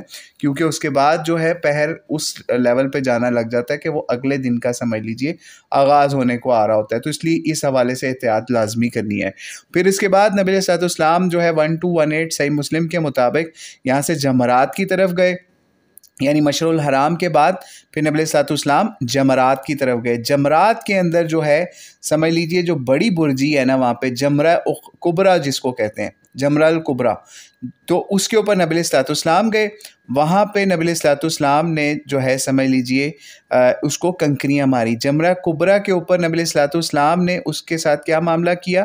کہ نبی علیہ السلام جمرہ کبریٰ پر جا نکلے، پھر اس جمرہ کے پاس ہے جو درخت کے پاس ہے، صحیح مسلم کے اندر 1218 کے اوپر جو سے ہم پڑھ رہے ہیں، وہاں پہ نبی علیہ السلام نے اس کو 7 کنکریاں ماری، اور ہر کنکری پر اللہ اکبر کہتے، اور ایسی کنکری یا چٹکی سے جو ماری جاتی تھی سمجھ لیجئے کہ وہ دانے کے برابر ہوتی، جو آپ کے چنے کا دانہ ہوتا ہے نا اس کے قریب، ٹھیک ہے۔ تو وہاں پہ نبی علیہ السلام نے کھڑے ہو کے یہ اس کو جمرہ الکبریٰ کو ماری۔ یہاں پر ایک چیز اور سمجھ لیجئے کہ جو جمرات ہیں تینوں لیول کے، یعنی بڑا، چھوٹا اور درمیانہ، یعنی عقبہ، وسطیٰ اور کبریٰ، یہ ان تینوں کو ہم شیطان نہیں کہتے، کیونکہ نبی علیہ السلام نے ان کو بڑا، چھوٹا اور درمیانہ شیطان نہیں کہا۔ تو اس حوالے سے بھی آپ نے احتیاط کرنی ہے کہ سنت کو فالو کرتے ہوئے ان کو جمرات ہی کہنا ہے، ٹھیک ہے۔ یہ کچھ نشانیاں ہیں اللہ تعالیٰ کی طرف سے، اور اس کے مختلف ایکسپلینیشن علماء نے پھر لوگوں کو بیان کی ہیں کہ اصل میں آپ یہاں پہ کنکریاں اپنے نفس کو مارنے کے لیے، دبانے کے لیے مار رہے ہیں کہ ہم آگے زندگی کے اندر اپنے نفس کو ایسا کنٹرول کریں گے کہ وہ شیطان کے شر سے محفوظ رہ سکے. ٹھیک ہے، تو یہ اللہ کے شاعر میں سے ایک جگہ ہے، تو اس کی بس اتنی ہی حقیقت آپ کے لیے سمجھنا کافی ہے. وہاں کسی قسم کا کوئی تماشا نہ کیجیے گا، اپنی عبادت کو، اپنے حج کو ضائع مت کیجیے گا. جس طریقے سے اکثر لوگ وہاں فلمنگ کرنا شروع کر دیتے ہیں، جیسے پچھلے سال یا کچھ سال پہلے شعیب اختر صاحب نے وہاں فلمنگ کی اور مختلف وہاں تماشے کیے، اور ایک دفعہ ایک بزرگ بابے نے وہاں پہ فلم بنا کے تو جو ہے وہ وہاں پہ ایک تماشا کرنے کا کوشش کی، اور اس کو جو ہے وہ شیطان کہہ کے کہ گالیاں دینا یا برا بھلا کہنا یا جوتیاں مارنے لگ جانا. یہ سب چیزیں آپ کے حج کو خراب کرنے والی ہیں. حج کوئی تماشے کا نام نہیں ہے، حج کسی اس طرح شوبدہ بازی کا نام نہیں ہے. حج اللہ تعالیٰ کے سامنے اپنے آپ کو پیش کرنے کا نام ہے. اس کے حرم کے اندر ہیں آپ اس جگہ جگہ کے اوپر، اور اس کی حرمتوں کو اگر آپ پامال کریں گے، مذاق کریں گے، وہاں پہ تماشے بنائیں گے، تو اللہ تعالیٰ سے آپ ڈر جائیں، آپ کا حج مشکوک ہو جائے گا. پھر اس کے بعد نبی صلی اللہ علیہ وسلم جو ہے دوبارہ نہر والی جگہ پہ آئے، جو کہ منا کے اندر قربان گاہ ہوا کرتی تھی. وہاں پر آئے اپنے سمجھ لیجئے نہر کرنے کے لیے یا قربان گاہ کے لیے. تو وہاں پہ نبی صلی اللہ علیہ وسلم نے پھر قربانی کی، اور اپنے ہاتھ سے بتایا جاتا ہے نبی صلی اللہ علیہ وسلم نے نہر کیا، اور جو باقی آپ کے اونٹ وغیرہ تھے وہ نبی صلی اللہ علیہ وسلم نے حضرت علی کو دے دیے، وہ انہوں نے نہر کیے. اور مختلف روایات کے اندر یہ چیز ملتی ہے کہ نبی صلی اللہ علیہ وسلم نے 100 اونٹوں کی قربانی کی، جس میں سے 63 جو ہے نبی صلی اللہ علیہ وسلم نے خود کیے، باقی نبی صلی اللہ علیہ وسلم نے حضرت علی کو دے دیے کہ وہ ان کو قربانی کریں. پھر نبی صلی اللہ علیہ وسلم نے صحیح مسلم 1218 کی روایت کے مطابق ہر ایک جو جانور تھا نا اس کا ایک ایک ٹکڑا لینے کا حکم فرمایا، اور ایک ہانڈی میں ڈالا اور اس کو پکایا، اور پھر حضرت سیدنا علی رضی اللہ عنہ نے اسی گوشت سے کھایا، اس کا شوربہ بھی پیا، اور نبی صلی اللہ علیہ وسلم نے بھی اس کو کھایا اور اس کا شوربہ بھی پیا. پھر اس کے بعد نبی صلی اللہ علیہ وسلم سوار ہوئے اور بیت اللہ کی طرف آئے. ٹھیک ہے، اور پھر طواف کیا، ٹھیک ہے، جس کو طواف افاضہ بھی کہتے ہیں. پھر ظہر جو ہے وہ مکہ میں پڑی. یہ 10 تاریخ کے اعمال ابھی چل رہے ہیں، یعنی 10 ذوالحجہ کے. ٹھیک ہے، پھر نبی علیہ السلام نے وہاں پہ ظہر پڑھی، اور پھر جو ہے وہ اس طریقے سے نبی صلی اللہ علیہ وسلم نے وہاں پہ زمزم وغیرہ بھی پیا. ٹھیک ہے، تو یہ پوری روایت کے اندر یہ معاملات نبی علیہ السلام نے واضح فرما دیے. اب آپ نے یہاں پہ کیا کرنا ہے، جب 10 ذوالحجہ کو آپ نے اس طریقے سے قربانی بھی اپنی کر لینی ہے. اس سے پہلے جمرات بھی آپ کا ہو گیا، یعنی جمرہ کو بھی آپ نے، جمرہ الکبریٰ کو بھی کنکریاں مار لیں. تو اس کے بعد آپ نے جو ہے وہ اپنی قربانی بھی کرنی ہے. چونکہ یہاں پہ ایک حوالے سے، اس حوالے سے یہ ہوتا ہے کہ بینک میں یا ویسے سعودی حکومت کو آپ نے پہلے سے اپنی رقم جمع کروا دی ہوتی ہے. ٹھیک ہے، تو اس لیے آپ کو وہ وقت بتا دیتے ہیں، اس وقت آپ کی قربانی ہو جائے گی. جب آپ کی قربانی ہو جائے گی تو پھر آپ نے کیا کرنا ہے، پھر آپ نے اپنا سمجھ لیجیے اپنی ٹینڈ کروا دینی، جس کو حلق کہتے ہیں. ٹھیک ہے، اب یہاں پہ یہ چیز یاد رکھیے گا کہ آپ نے حلق کروانا ہے، یعنی آپ نے ٹینڈ کروانی ہے. کیوں کروانی؟ کیونکہ جو حلق کروانے والے ہیں نا، اس کے حوالے سے ہمیں ملتا ہے کہ نبی صلی اللہ علیہ وسلم نے ان کے لیے زیادہ دعائیں کی. ٹھیک ہے، تو اس لیے صحیح بخاری کے اندر بھی 1217 روایت کے اندر ملتا ہے، نبی علیہ السلام نے باقاعدہ ان کے لیے دعا کی، اللہم ارحم محلقین. ٹھیک ہے، یعنی سر منڈوانے والوں کے لیے نبی علیہ السلام نے دعا کی، زیادہ دعائیں کی. پھر صحابہ نے جو ہے ایک اور مقام کے اوپر ملتا ہے کہ پھر نبی علیہ السلام سے عرض کی کہ باقی جنہوں نے قصر کیا ان کے لیے بھی کریں. تو خیر نبی علیہ السلام نے پھر ان کی ڈیمانڈ کے اوپر ان کے لیے بھی بعد میں پھر دعا کر لی. اس سے یہ پتہ چلتا ہے افضل عمل یہی ہے کہ آپ نے حج کے اندر جو ہے وہ اپنی ٹینڈ کروانی ہے، حلق کرنا ہے. اور نبی علیہ السلام کے حوالے سے بھی یہی ملتا ہے کہ اس کو ہی نبی علیہ السلام نے پسند کیا. تو اس لیے یہ سمجھ لیجیے ایسے ہی ہے کہ آپ جو ہے وہ نئی آپ کی پیدائش ہوئی ہے، جیسے آپ دیکھتے ہیں عقیقہ ہوتا ہے اور آپ کی پھر جو ہے وہ ٹینڈ بھی بچے کی کرتے ہیں، تو وہ چیز اپنے ذہن کے اندر لائیں. جب وہ ذہن میں آپ کی چیز آئے گی نا کہ میری ایک نئی پیدائش ہو رہی ہے، تو آپ گناہوں سے پاک ہو رہے ہیں، تو آپ اپنی ہر چیز ایون اپنے بال تک اتار کے اپنے پھینک دیتے ہیں اللہ کے راستے کے اندر. تو پھر آپ جو ہے وہ آپ کو ٹینڈ کروانے کا صحیح جو ہے مزہ بھی اس حوالے سے آئے گا. تو یہ کریے گا. اور اسی طریقے سے جو عورتیں ہیں وہ جو ہیں وہ اپنے نارمل جس طریقے سے تھوڑے سے بال لپیٹ کے انگلی کے ساتھ وہ کاٹ لیں، خود بھی کاٹ سکتی ہیں، اپنے مردوں سے بھی کٹوا سکتی ہیں، ٹھیک ہے. اس میں کوئی ایسی سختی نہیں ہے کہ اگر آپ احرام میں ہیں تو آپ بال نہیں کاٹ سکتے. آپ بال احرام کو ختم کرنے کے لیے کاٹ رہے ہیں، احرام کے دوران آپ بال نہیں کاٹ سکتے، اس کی ممانعت ہے. لیکن یہ آپ احرام ختم کر رہے ہیں تو پھر آپ کریں. پھر آپ یہاں سے سمجھ لیجئے اس کے بعد آپ نے طواف کرنے جانا ہے، ٹھیک ہے. تو طواف کرنے کے لیے آپ جا رہے ہیں قربانی کرنے کے بعد، ٹھیک ہے. قربانی کرنے کے بعد 10 ذی الحجہ کو آپ جو مین رکن ہے نا جس کو طواف زیارت کہتے ہیں، ٹھیک ہے، اب آپ طواف زیارت کرنے جا رہے ہیں 10 ذی الحجہ کو، ٹھیک ہے. اب طواف زیارت کے اوپر جو ہے وہ آپ بہت جلد بازی نہ کریں تاکہ وہاں پہ رش کی وجہ سے کوئی زیادہ بڑا پرابلم نہ ہو. اسی طریقے سے کنکریاں مارنے میں بھی آپ نے بہت زیادہ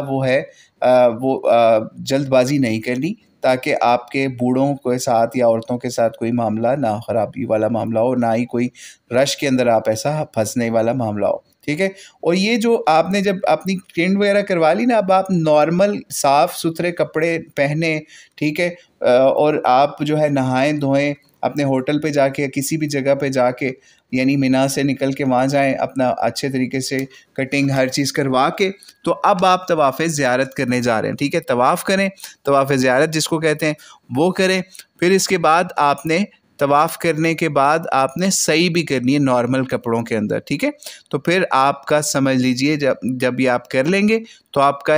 حج کا ایک بڑا جو رکن ہے وہ بھی سمجھ لیجئے طواف زیارت کے بعد، پھر اس کے بعد سعی کرنے کے بعد بھی یہ بھی آپ کا پورا ہو جائے گا 10 ذی الحجہ کو. اور جو اپنی خواتین کے ساتھ لوگ گئے ہوئے ہیں وہ طواف زیارت کرنے سے پہلے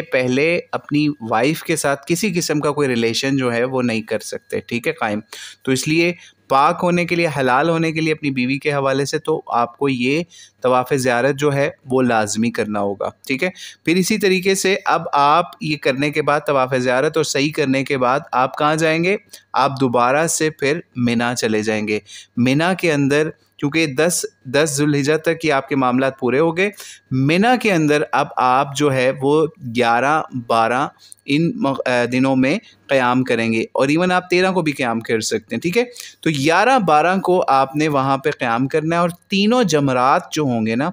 وہاں پہ آپ نے کنکریاں مارنی ہیں. اور یہاں پہ ایک اور چیز آپ کو بتاتے چلیں کہ اگر فار ایگزامپل کسی بندے کے ساتھ 10 ذی الحجہ کو یہ معاملہ ہو گیا ہے کہ اس سے کوئی رکن جو ہے وہ آگے پیچھے ہو گیا. فار ایگزامپل ہم صحیح بخاری کے اندر ایک روایت آپ کو پڑھ کے سنا بھی دیتے ہیں، صحیح بخاری میں 83 کے اوپر بھی اور بھی روایات مل جاتی ہیں کتابوں کے اندر، کہ حج وداع میں رسول اللہ صلی اللہ علیہ وسلم مسائل دریافت کرنے کے حوالے سے، یعنی لوگ مسائل دریافت کرنا چاہتے تھے تو اس میں پھر مینا میں ٹھہرے. تو ایک شخص نے آ کے کہا کہ میں نے بے خبری میں ذبح کرنے سے پہلے اپنا سر منڈوا لیا ہے. تو نبی علیہ السلام نے کہا اب کر لو، کوئی حرج نہیں، ٹھیک ہے. تو اس لیے نبی علیہ السلام نے بڑی آسانی امت کے لیے کی یہاں پہ. پھر ایک اور بندہ آیا، اس نے کہا کہ میں نے بے خبری میں رمی کرنے سے پہلے، یعنی کنکریاں مارنے سے پہلے قربانی کر لی ہے. تو نبی علیہ السلام نے کہا کوئی مسئلہ نہیں، اب آپ رمی کر لو، ٹھیک ہے. تو اس طریقے سے ہمیں نبی علیہ السلام کے حوالے سے ملتا ہے. ابن عمر بھی کہا کرتے تھے اس حوالے سے کہ کسی نے بھی کوئی معاملہ پوچھا نبی علیہ السلام سے کہ کوئی معاملہ آگے پیچھے ہو گیا، کوئی رکن پہلے کی بجائے بعد میں ہوا یا بعد والا پہلے ہو گیا، تو نبی علیہ السلام نے یہی کہا اس کو کہ لا حرج، یعنی کوئی حرج نہیں، اس معاملے کو اب آپ جو ہے وہ پورا کر لو. تو اس لیے اگر کسی کے ساتھ ایسا معاملہ ہو جاتا ہے، کوئی کسی کو ایسے بھڑکانے کی وہاں پہ کوشش کرتا ہے کہ یار آپ کی تو قربانی پتہ نہیں ابھی ہوئی نہیں ہوگی اور آپ نے بال کٹوا لیے ہیں تو آپ کو دم دینا ہے، تو ایسا کوئی معاملہ نہیں ہے، کیونکہ ہمارے سامنے نبی علیہ السلام کی واضح احادیث آ گئی ہیں. تو ہمیں لوگوں کے اوپر اس حوالے سے سختی نہیں کرنی کہ چھوٹی چھوٹی بات کے اوپر ان کو دم کا فتویٰ دینے لگ جائیں، ٹھیک ہے. تو اس لیے اس معاملے میں بہت احتیاط کرنی ہے. چھوٹے چھوٹے معاملات پہ کوئی دم نہیں ہوتا. اور اس حوالے سے بہت خطرناک قسم کے لوگوں کے فتوے آتے ہیں کہ جناب کسی نے خوشبودار صابن سے کر لیا، کوئی وضو کر لیا یا کوئی ایسا، یا ہاتھ منہ دھو لیے تو جناب دم، اور کسی نے حجر اسود کو ہاتھ لگا لیا اور اس کو خوشبو لگ گئی تو دم. تو ایسا کوئی دم نبی علیہ الصلوۃ والسلام نے نہیں بتایا، ٹھیک ہے. تو اس لیے ان حوالوں سے کسی سے کوئی غلطی معاملہ ہو جاتا ہے تو اس کے اوپر ایسے دم نہیں ہوتا. ہاں اگر کسی کوئی بیمار ہو گیا، کوئی اس کے سر میں کوئی پرابلم ہوگی یا کوئی ایسا ایشو ہو گیا اور اس کو اپنے بال منڈانے پڑ جاتے ہیں تو پھر اس کے اوپر جو ہے وہ دم ہوتا ہے یا پھر اور معاملات اس کے اوپر اس کے روزے رکھنے کا کہا جاتا ہے، وہ اگر کسی کے ساتھ معاملہ ہو تو وہ اس وقت کا پھر معاملہ ہوگا، لیکن ایسے چھوٹے چھوٹے معاملات کے اوپر دم نہیں آپ کے اوپر واجب ہوتا، ٹھیک ہے۔ تو اس حوالے سے بہت لوگوں کے جو ہے وہ لوگ پوچھتے بھی ہیں سوالات علماء سے، تو ہم نے سوچا اس حوالے سے بھی آپ کو واضح کر دیں۔ تو یہ سمجھ لیجئے آپ نے پھر اس کے بعد جو ہے جب مینا کے اندر قیام کیا 11 تاریخ کو بھی اور 12 تاریخ کو بھی، اور ان دنوں کے اندر آپ نے تینوں جمرات کو روزانہ کنکریاں مارنی اور 7 کنکریاں مارنی، ٹھیک ہے۔ تو پھر اس کے بعد سمجھ لیجئے یہ آپ کا سمجھ لیجئے حج اس طریقے سے پورا ہو گیا ہے۔ 12 کے بعد آپ بے شک واپس آ جائیں اپنی رہائش کے اوپر، اور اس دوران بھی اگر آپ کو کوئی اپنی رہائش پہ کوئی چیز لینے جانا پڑ رہا ہے، کھانا کھانے کے لیے، کوئی اور معاملے کے لیے، یا پھر انہی ایام کے اندر یعنی 11 اور 12 کے دنوں کے اندر بھی اگر آپ کو جو ہے ایسا معاملہ پیش آ رہا ہے کہ آپ کو احرام کے علاوہ یعنی حرم کے اندر آپ کو جانا پڑ رہا ہے طواف کرنے کے لیے رات کو یا کسی حوالے سے بھی، تو وہ بھی آپ کر سکتے ہیں، اس کے اوپر بھی آپ کر سکتے ہیں، لیکن یہ ضرور ایک احتیاط کریے گا، یہ جو 10 11 12 یہ ایام ہیں جب آپ کا حج مکمل ہو جاتا ہے، اس دوران مثال ہے 11 تاریخ کو بھی آپ نے کنکریاں مارنی، 12 کو بھی مارنی ہے، اور سمپل کپڑوں کے اندر مارنی ہے، اپنے نارمل کپڑوں کے اندر، کیونکہ احرام آپ اتار چکے ہیں 10 تاریخ کو قربانی کرنے کے بعد، ٹھیک ہے۔ تو اب آپ نے کوئی ایسا عمرے کی نیت اس دوران نہیں کرنی کہ آپ کہیں کہ یار میں 11 اور 12 کو جو ہے وہ رات کے ٹائم کوئی عمرہ کرنے چلا جاتا ہوں یا کوئی ایسا معاملہ، تو یہ کام آپ نے بالکل نہیں کرنا۔ ہاں اگر کوئی عورت جو ہے وہ ان کے ساتھ حج کے ایام کے اندر حیض اس طرح کا معاملہ ہو گیا اور ان کو کچھ ایام رکنا پڑ گیا، تو ان کے معاملات بالکل پھر ڈیفرنٹ ہو جائیں گے، وہ اس میں پھر آپ کو مسجد کے اندر آپ داخل نہیں ہو سکتے، جمرات کو آپ کنکریاں ماریں گے، باقی سارے معاملات کریں گے، جو عرفات تھا مزدلفہ تھا وہ سارے اعمال آپ کریں گے، نماز تو نہیں آپ پڑھ سکتے، لیکن آپ باقی رکن جو ہیں وہ ادا کرتے رہیں گے، اور جو بھی باقی رکن جس کا وقت بعد میں ہو اس کو آپ قضا پھر اس طریقے سے کر لیں گے۔ فار ایگزامپل آپ کی عورت جو ہے وہ ان کا جو حیض والا معاملہ ہو گیا ہے، نفاس والا کوئی ایسا معاملہ ہو گیا ہے یا پھر کوئی بھی، اور اس کی وجہ سے ان کو مسجد الحرام سے نکلنا پڑ گیا ہے، وہ طواف نہیں کر سکیں اور معاملات نہیں کر سکیں، تو پھر ان چیزوں کی قضا جو ہے وہ بعد میں ان کو دینی پڑ جائے گی، ٹھیک ہے، تاکہ وہ اپنے ان ارکان کو کر لیں پورا۔ جیسے فار ایگزامپل حضرت عائشہ رضی اللہ تعالیٰ عنہا کے حوالے سے بھی ملتا ہے کہ ان کا بھی اس طریقے سے عمرہ مس ہو گیا، تو پھر نبی علیہ الصلوۃ والسلام نے ان کو تنعیم کے مقام پہ بھیجا اور پھر وہاں سے وہ عمرہ بعد میں کرائیں، اور اس میں ایک اور احتیاط بھی ہونی چاہیے کہ عمرہ کرنے نبی علیہ السلام نے صرف ان کے لیے اس چیز کی اجازت دی، اس لیے جو عورتوں کے ساتھ ایسا معاملہ ہو جائے وہ وہاں سے عمرہ کر کے آئیں گی، یا ان کے ساتھ جو کوئی مرد جائے گا وہ اس نے عمرہ نہیں کرنا، وہ صرف ایز ان کا گارڈین ان کے ساتھ جائے گا، ٹھیک ہے۔ وہ یہ تنعیم کا عمرہ جو ہے یہ بہت زیادہ اس حوالے سے مشکوک ہے، تو اس لیے ہمیں یہ بچنا چاہیے اس طرح کے تنعیم کے عمرے سے، یا مسجد عائشہ جو مشہور ہے، تو وہ صرف خاص ایام والی عورتیں جو ہیں ان کے حوالے سے ہے کہ ان کے ساتھ معاملہ ہو جائے، ان کا عمرہ رہ جائے، ان کا کوئی اس طرح کا قضا والا معاملہ ہو جائے، تو پھر انہوں نے اس کو پورا کرنے کے لیے ان کے لیے آسانی ہے کہ وہ وہاں سے احرام باندھ کے پھر وہ عمرہ اپنا بجا لا سکتے ہیں، ٹھیک ہے۔ تو یہ ہم نے سوچا آپ کو حج کے تھوڑے سے معاملات بتا دیں۔ اب یہ آخری معاملات ابھی ہمارے چل رہے ہیں، سفر میں آسانی کے حوالے سے بھی آپ کو ٹپس دے دیں، ٹھیک ہے۔ وہ سفر میں آسانی اور غلطیوں کے بچاؤ، یہ چیز ذہن میں رکھیے کہ اگر آپ سفر میں آسانی اور غلطیوں سے بچاؤ چاہتے ہیں تو اپنے گروپ کو کوشش کریں فالو کریں۔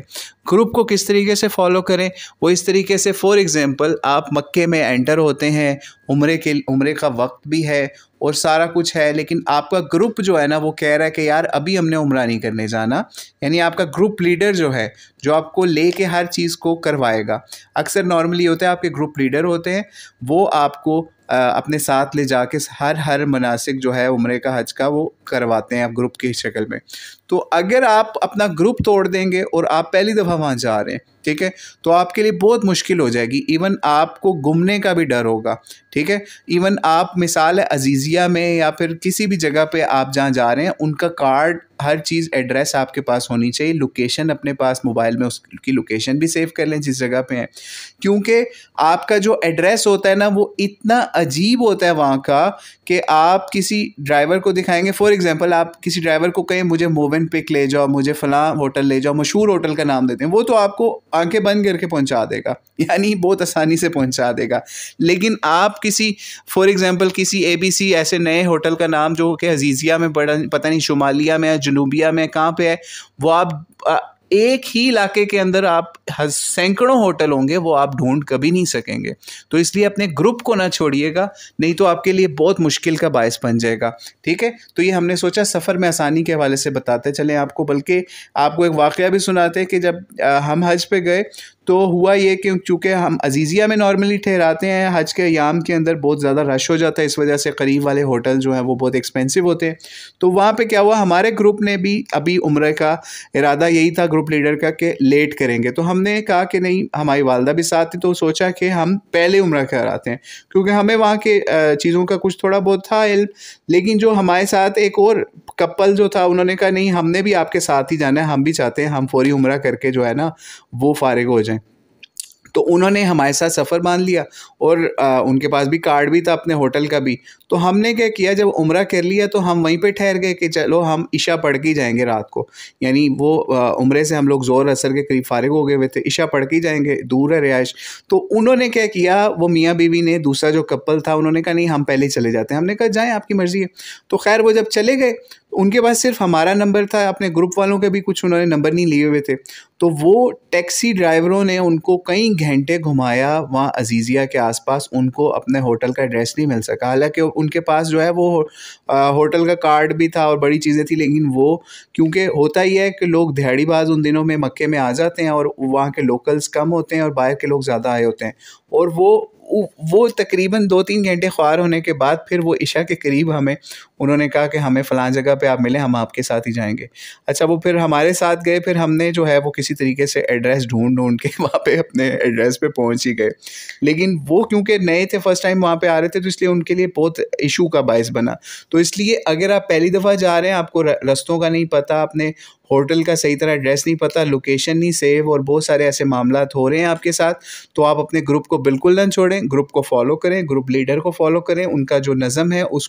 کے ساتھ اہتمام کے ساتھ چلیں. تو آپ کے لیے, چاہے آپ بوڑھے ہیں, عورتیں ہیں, بچے ہیں, جو بھی ہیں, وہ آپ کے لیے بہت آسانی والا معاملہ بنے گا. بلکہ جو نوجوان ہیں کئی دفعہ وہ جذباتی ہو کے جو ہے گروپ چھوڑ دیتے ہیں, اس طرح چلے جاتے ہیں, لیکن ان کے لیے بھی بعد میں بہت تکالیف کا معاملہ ہوتا ہے, کیونکہ گروپ لیڈرز یا جو آپ کو وہاں پہ ٹیک کیئر کر رہے ہوتے ہیں, وہ لوگ انہوں نے کہیں حج کیے ہوتے ہیں, کہیں عمرے کیے ہوتے ہیں, ان کا ایکسپیرینس آپ سے بہت زیادہ ہوتا ہے. تو اس لیے ان کو فالو کرنے میں آپ کی حج کی بہت زیادہ آسانی ہوگی. تو اس حوالے سے بہت زیادہ آپ کو فائدہ ہوگا. اسی طریقے سے حج میں آسانی کے حوالے سے یا پھر غلطیوں سے بچاؤ کے لیے ایک اور معاملہ بھی ہم آپ کو بتاتے چلیں کہ جب آپ نے احرام باندھنا ہے نا, کوشش کریں اپنے گھر سے احرام باندھ کے جہاز پہ سوار ہوں, ٹھیک ہے, تاکہ آپ کا کوئی معاملہ ایسا نہ رہے. اسی طریقے سے مدینے کے اندر بھی اپنی ہوٹل سے احرام باندھ کے آپ چلیں, ٹھیک ہے, مدینے میں اپنے ہوٹل سے احرام باندھ کے چلیں, یا پھر جو بھی آپ کی رہائش ہے, تاکہ آپ بیریلی یا ذوالحلیفہ جب پہنچیں تو وہاں سے آپ جو ہے وہ تلبیہ پکارتے ہوئے آگے چلے جائیں. اسی طریقے تو یہ بھی آپ کا صحیح رہے گا. پھر اسی طریقے سے نئے مسائل کو جب ہم دیکھتے ہیں تو نئے مسائل اس وقت بھی آ رہے ہیں, ابھی ہم اس کے اوپر بھی چلتے ہیں. اور غلطیوں سے بچاؤ کے لیے اور بھی آپ کو معاملات میں احتیاط یہ کرنی ہے کہ جب آپ طواف کر رہے ہوں گے تو طواف کے دوران جو ہے نا اپنی نظروں کی بہت زیادہ آپ نے حفاظت کرنی ہے, ٹھیک ہے, نظروں کی حفاظت کرنی ہے. طواف کے دوران آپ نے حتیم کے اندر بھی نہیں جانا, ٹھیک ہے, یعنی حتیم خانہ کعبہ کا حصہ ہے تو آپ نے اس کے اندر بھی نہیں جانا, ٹھیک ہے. تو حتیم کے حوالے سے بھی کچھ ہم نے ڈیٹیل ایک ویڈیو بھی بنائی ہوئی ہے, وہ اس کا بھی کوشش کریں گے لنک ڈسکرپشن میں ڈال دیں, تاکہ آپ کو حتیم کے مسائل کے حوالے سے بھی اس کا پتہ چل جائے, ٹھیک ہے. پھر اسی طریقے سے غلطیوں میں سے بچنے کے لیے ایک چیز اور بھی اپنے ذہن میں رکھیے گا کہ اللہ تعالیٰ آپ کو دیکھ رہا ہے. اگر آپ سے کوئی مسٹیک ہوتی ہے تو آپ جو ہے اس حوالے سے علماء سے بھی رابطہ کر سکتے ہیں. اور حنفی علماء اس حوالے سے بہت سخت ہوتے ہیں، چھوٹی چھوٹی غلطی کے اوپر جو ہے وہ آپ کو دم دے دیتے ہیں، یعنی دم کا آرڈر کر دیتے ہیں. یعنی دم کہتے ہیں خون بہانے کو یا قربانی کرنے کو. تو اس حوالے سے جو ہے وہ آپ بہت احتیاط میں رہیں کہ کہیں آپ کے دم ہی نہ اتنے واجب کرا دیں وہ علماء کہ آپ جو ہے آپ کے سفر جو ہے وہ مزید ایکسپینسو اور ان چیزوں پہ نہ ہو جائے. اور اللہ کے راستے میں ایک اور چیز آپ کو بتاتے چلیں کہ سفر میں آسانی کے حوالے سے، جب آپ عرفات یا منی جا رہے ہوتے ہیں نا، تو وہاں پہ اکثر کنٹینرز یا پھر ایسے بھی لگے ہوتے ہیں جو آپ کو کھانا پینا کافی سپلائی کر رہے ہوتے ہیں. تو کھانے پینے کا آپ نے لالچ نہیں کرنا، ٹھیک ہے، کہ آپ لائنوں میں لگ کے کھانے لینا شروع کر دیں مفت میں اور اس طرح کی چیزیں. کھانا خرید کے کھائیں، وہاں کے لوگوں کو فائدہ دیں. وہ جو کھانا کر رہے ہوتے ہیں اس کے اندر زکوٰۃ اور صدقات کے بھی اکثر لوگوں نے پیسے انکلوڈ کیے ہوتے ہیں. تو اگر آپ کے پاس پیسہ وافر ہے تو کھانا خرید کے کھائیں. آپ کو جو ہے وہ لائنوں میں لگنے کی یا پھر جو اور ضرورت مند ہیں ان کا حق مارنے کی ضرورت نہیں ہے، رش کرنے کی ضرورت نہیں ہے. لوگ اکثر جو ہے اس طرح مفت کھانا ان چیزوں کے اندر کئی لوگوں کے ساتھ مشکلات کا بھی سامنا ان کو ہو جاتا ہے. اور سفر میں آسانی کے لیے اپنی جیب کے اندر بادام یا خشک جو آپ کے چنے ہوتے ہیں، بھنے ہوئے چنے ہوتے ہیں، وہ جیبوں میں رکھیں. ہلکے ہلکے وہ کبھی کبھار وہ بھی کھاتے رہیں. اس سے بھی آپ کو پاور ملے گی. جو بادام ہے نا وہ آپ کو بہت زیادہ پاور دے گا. ٹھنڈا پانی بہت زیادہ نہ پئیں اپنے اس سفر میں. اگر ٹھنڈا پانی پینا پڑ رہا ہے تو اس کو کچھ دیر منہ میں رکھ کے تو اس کو نارمل ٹمپریچر، باڈی کے ٹمپریچر کے اوپر اس کو تھوڑا سا لیول کر کے پھر پئیں. سفر میں آسانی کے حوالے سے ایک اور چیز یہ بھی رکھیے کہ اپنی جو ادویات ہیں، دوائیاں ہیں، وہ بھی اپنے ساتھ رکھیں تاکہ اگر کوئی آپ کو ہلکا پھلکا نزلہ زکام بخار اس کے لیے ہو، اینٹی بائیوٹک بھی ساتھ رکھیں تاکہ آپ کو اگر ایسا معاملہ ہو تو وہ کریں. پھر سفر میں آسانی کے حوالے سے ایک اور چیز کہ اپنی جو دوائیاں لیں ان کی جو رسید ہے یا پھر ان کی پرسکرپشن ہے یا پھر جو ڈاکٹر کا نسخہ ہے وہ بھی اپنے ساتھ رکھیں، ٹھیک ہے. پھر سفر میں آسانی کے لیے آپ اللہ تعالیٰ سے بھی دعائیں لازمی کرتے رہیں کہ اللہ تعالیٰ اس سفر کو آپ کے لیے آسانی اور قبولیت والا، حج مبرور والا بنائے، ٹھیک ہے. اور اس کے علاوہ سفر میں آسانی کے حوالے سے ہم کچھ اور باتیں بھی کوشش کرتے ہیں، اگر ہمارے ذہن میں آ رہی ہیں تو بھی آپ کو بتاتے چلیں کہ جو آپ کے واپسی کے اوپر معاملات ہوں گے اس میں بھی آپ نے سفر میں احتیاط یہ کرنی ہے کہ وہاں پہ کسی کو رشوت نہ دیں. ایئرپورٹ پہ یا ایسی جگہوں کے اوپر اکثر لوگ کیا کرتے ہیں، آپ اوور ویٹ ہو جاتے ہیں اور وہاں پہ بنگالی یا کوئی اور لوگ ہوتے ہیں جو کہ آپ کا سامان کلیئر کروا رہے ہوتے ہیں یا پھر لفٹنگ کر رہے ہوتے ہیں. وہ آپ کو آفریں کرنا شروع کر دیتے ہیں کہ آپ اتنے ریال ہمیں دے دیں، ہم آپ کا سامان کلیئر کروا دیتے ہیں. تو سفر کے اندر یہ ایسا گناہ مت کریے گا. اب جو بھی ان کی ہیں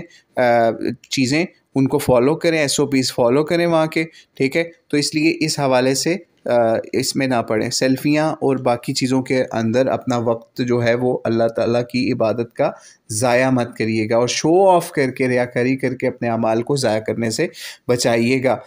سوشل میڈیا کے اوپر چیزیں شیئر کرنے سے بچیے گا. بار بار اگر آپ یہ کام کریں گے تو ہمیں ڈر ہے کہ آپ کا کہیں حج عمرہ جو ہے اس میں وہ ضائع نہ ہو جائے، کیونکہ ریا جو ہے نا وہ آپ کے بڑے بڑے اعمال کو کھا جاتی ہے. ریا کو شرک اصغر بھی کہا گیا. تو اس لیے سفر کے اندر آسانی اور بہتری اسی کے اندر ہے کہ آپ جو ہے اس کی بھی احتیاط کریں. پھر جہاز کے اندر جب آپ سفر کر رہے ہوں تو اس کے اندر بھی کھانا جو ہے بڑی احتیاط کے ساتھ کھائیں اور تاکہ آپ کو زیادہ واش روم میں جانا نہ پڑے، ٹھیک ہے. جہاز میں بیٹھنے سے پہلے بھی واش روم اچھے طریقے سے ہو آئیں. پھر اسی طریقے سے سفر میں آسانی کے لیے ایک اور چیز کہ اگر آپ کے احرام کے اوپر کہیں پہ آپ کو لگتا ہے کوئی چھینٹ پڑ گئی ہے، آپ کے پیشاب کی یا کوئی ایسا معاملہ ہے، تو اس جگہ کو صرف مل کے دھو لیں 2-3 دفعہ، صرف اسی پارٹ کو، باقی آپ کا احرام صاف ہی رہے گا، ٹھیک ہے. تو اس کے اوپر کوئی آپ کو پھر اس وقت چادر چینج کرنے کی ضرورت نہیں. سفر میں آسانی کے لیے ایک احرام جو ہے ایکسٹرا بھی اپنے ہینڈ بیگ میں یا کسی جگہ پہ رکھیے تاکہ اگر کوئی ایسا معاملہ ہو تو آپ کو احرام چینج کرنا پڑ جائے، وہ بھی آپ کر سکتے ہیں، ٹھیک ہے. تو یہ ہم نے کچھ معاملات تھے. اور سفر کے اندر کوشش یہی کریں کہ کوک، پیپسی اور اس طرح کے کولڈ ڈرنکس جو ہیں یا اس طرح کے سافٹ ڈرنکس جو ہیں ان کو کم سے کم پئیں، کیونکہ ہم ان کو اب ختم نہیں کر سکتے. تو ان کو کم سے کم پئیں تاکہ آپ کے وہاں پہ گلا اور یہ چیزیں جو ہیں ان کے حوالے سے بیماریوں سے آپ محفوظ رہ سکیں. اور ایک اور اہم معاملہ جو قرآن پاک کے اندر سورہ بقرہ 197 آیت کے اندر اللہ کریم نے بیان فرمایا، کیا ہے وہ؟ ہم پڑھتے ہیں قرآن پاک سے، اعوذ باللہ من الشیطان الرجیم، بسم اللہ الرحمن الرحیم.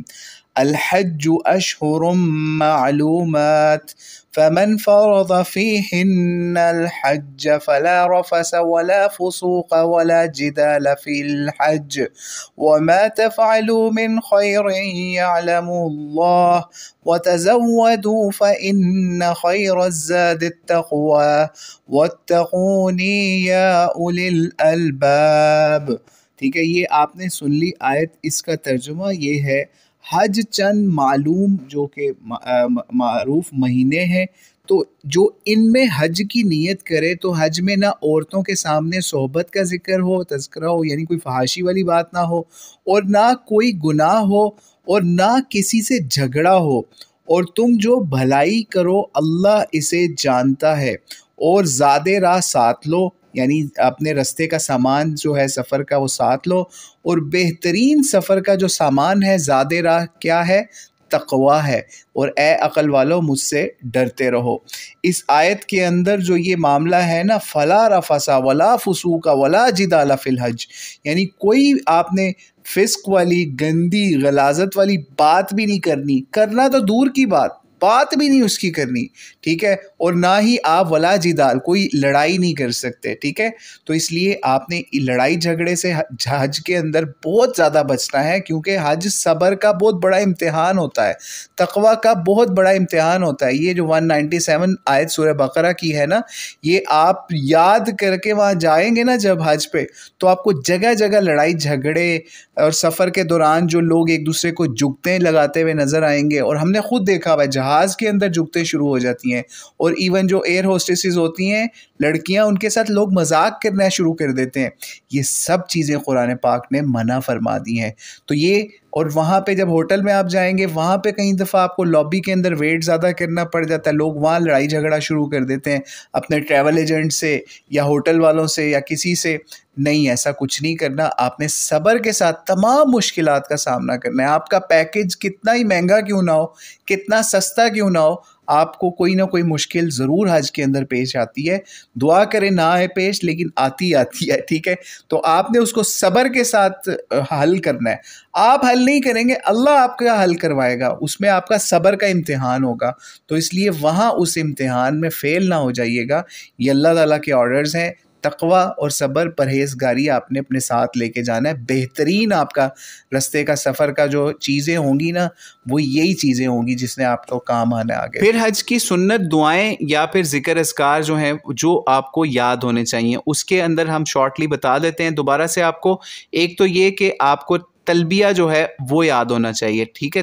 تلبیہ یاد ہونا چاہیے. پھر اس کے علاوہ ربنا آتنا فی الدنیا حسنہ وفی الآخرۃ حسنہ وقنا عذاب النار، یہ آپ کو یاد ہونا چاہیے. پھر اسی طریقے سے آپ جو صفا مروہ کے اوپر جاتے ہیں وہاں پہ جو دعائیں ہیں وہ کوشش کریں، یا پھر جو ذکر اذکار ہیں ان کو بھی کوشش کریں وہ یاد کریں. لا الہ الا اللہ وحدہ لا شریک لہ لہ الملک ولہ الحمد وہو علی کل شیء قدیر، یہ یاد کر لیں. پھر اس کے علاوہ لا الہ الا اللہ وحدہ انجز وعدہ ونصر عبدہ وہزم الاحزاب وحدہ، یہ دعا بھی جو صفا مروہ کے لیے ہم پہلے بھی بتا چکے، یہ بھی اپنی دعاؤں میں یاد کر لیں، ٹھیک ہے. تو اس کے علاوہ کوئی اور لمبی چوڑی دعاؤں کو یاد کرنے کی ضرورت نہیں. تو ہم نے سوچا آپ کو ایک شارٹلی بھی ایک ریویو دے دیں کہ آپ نے حج کے سفر کے اندر کون سی دعائیں آپ کو یاد ہونی چاہیے. اب ہم ویڈیو کے آخری پارٹ کی طرف چلتے ہیں کہ نئے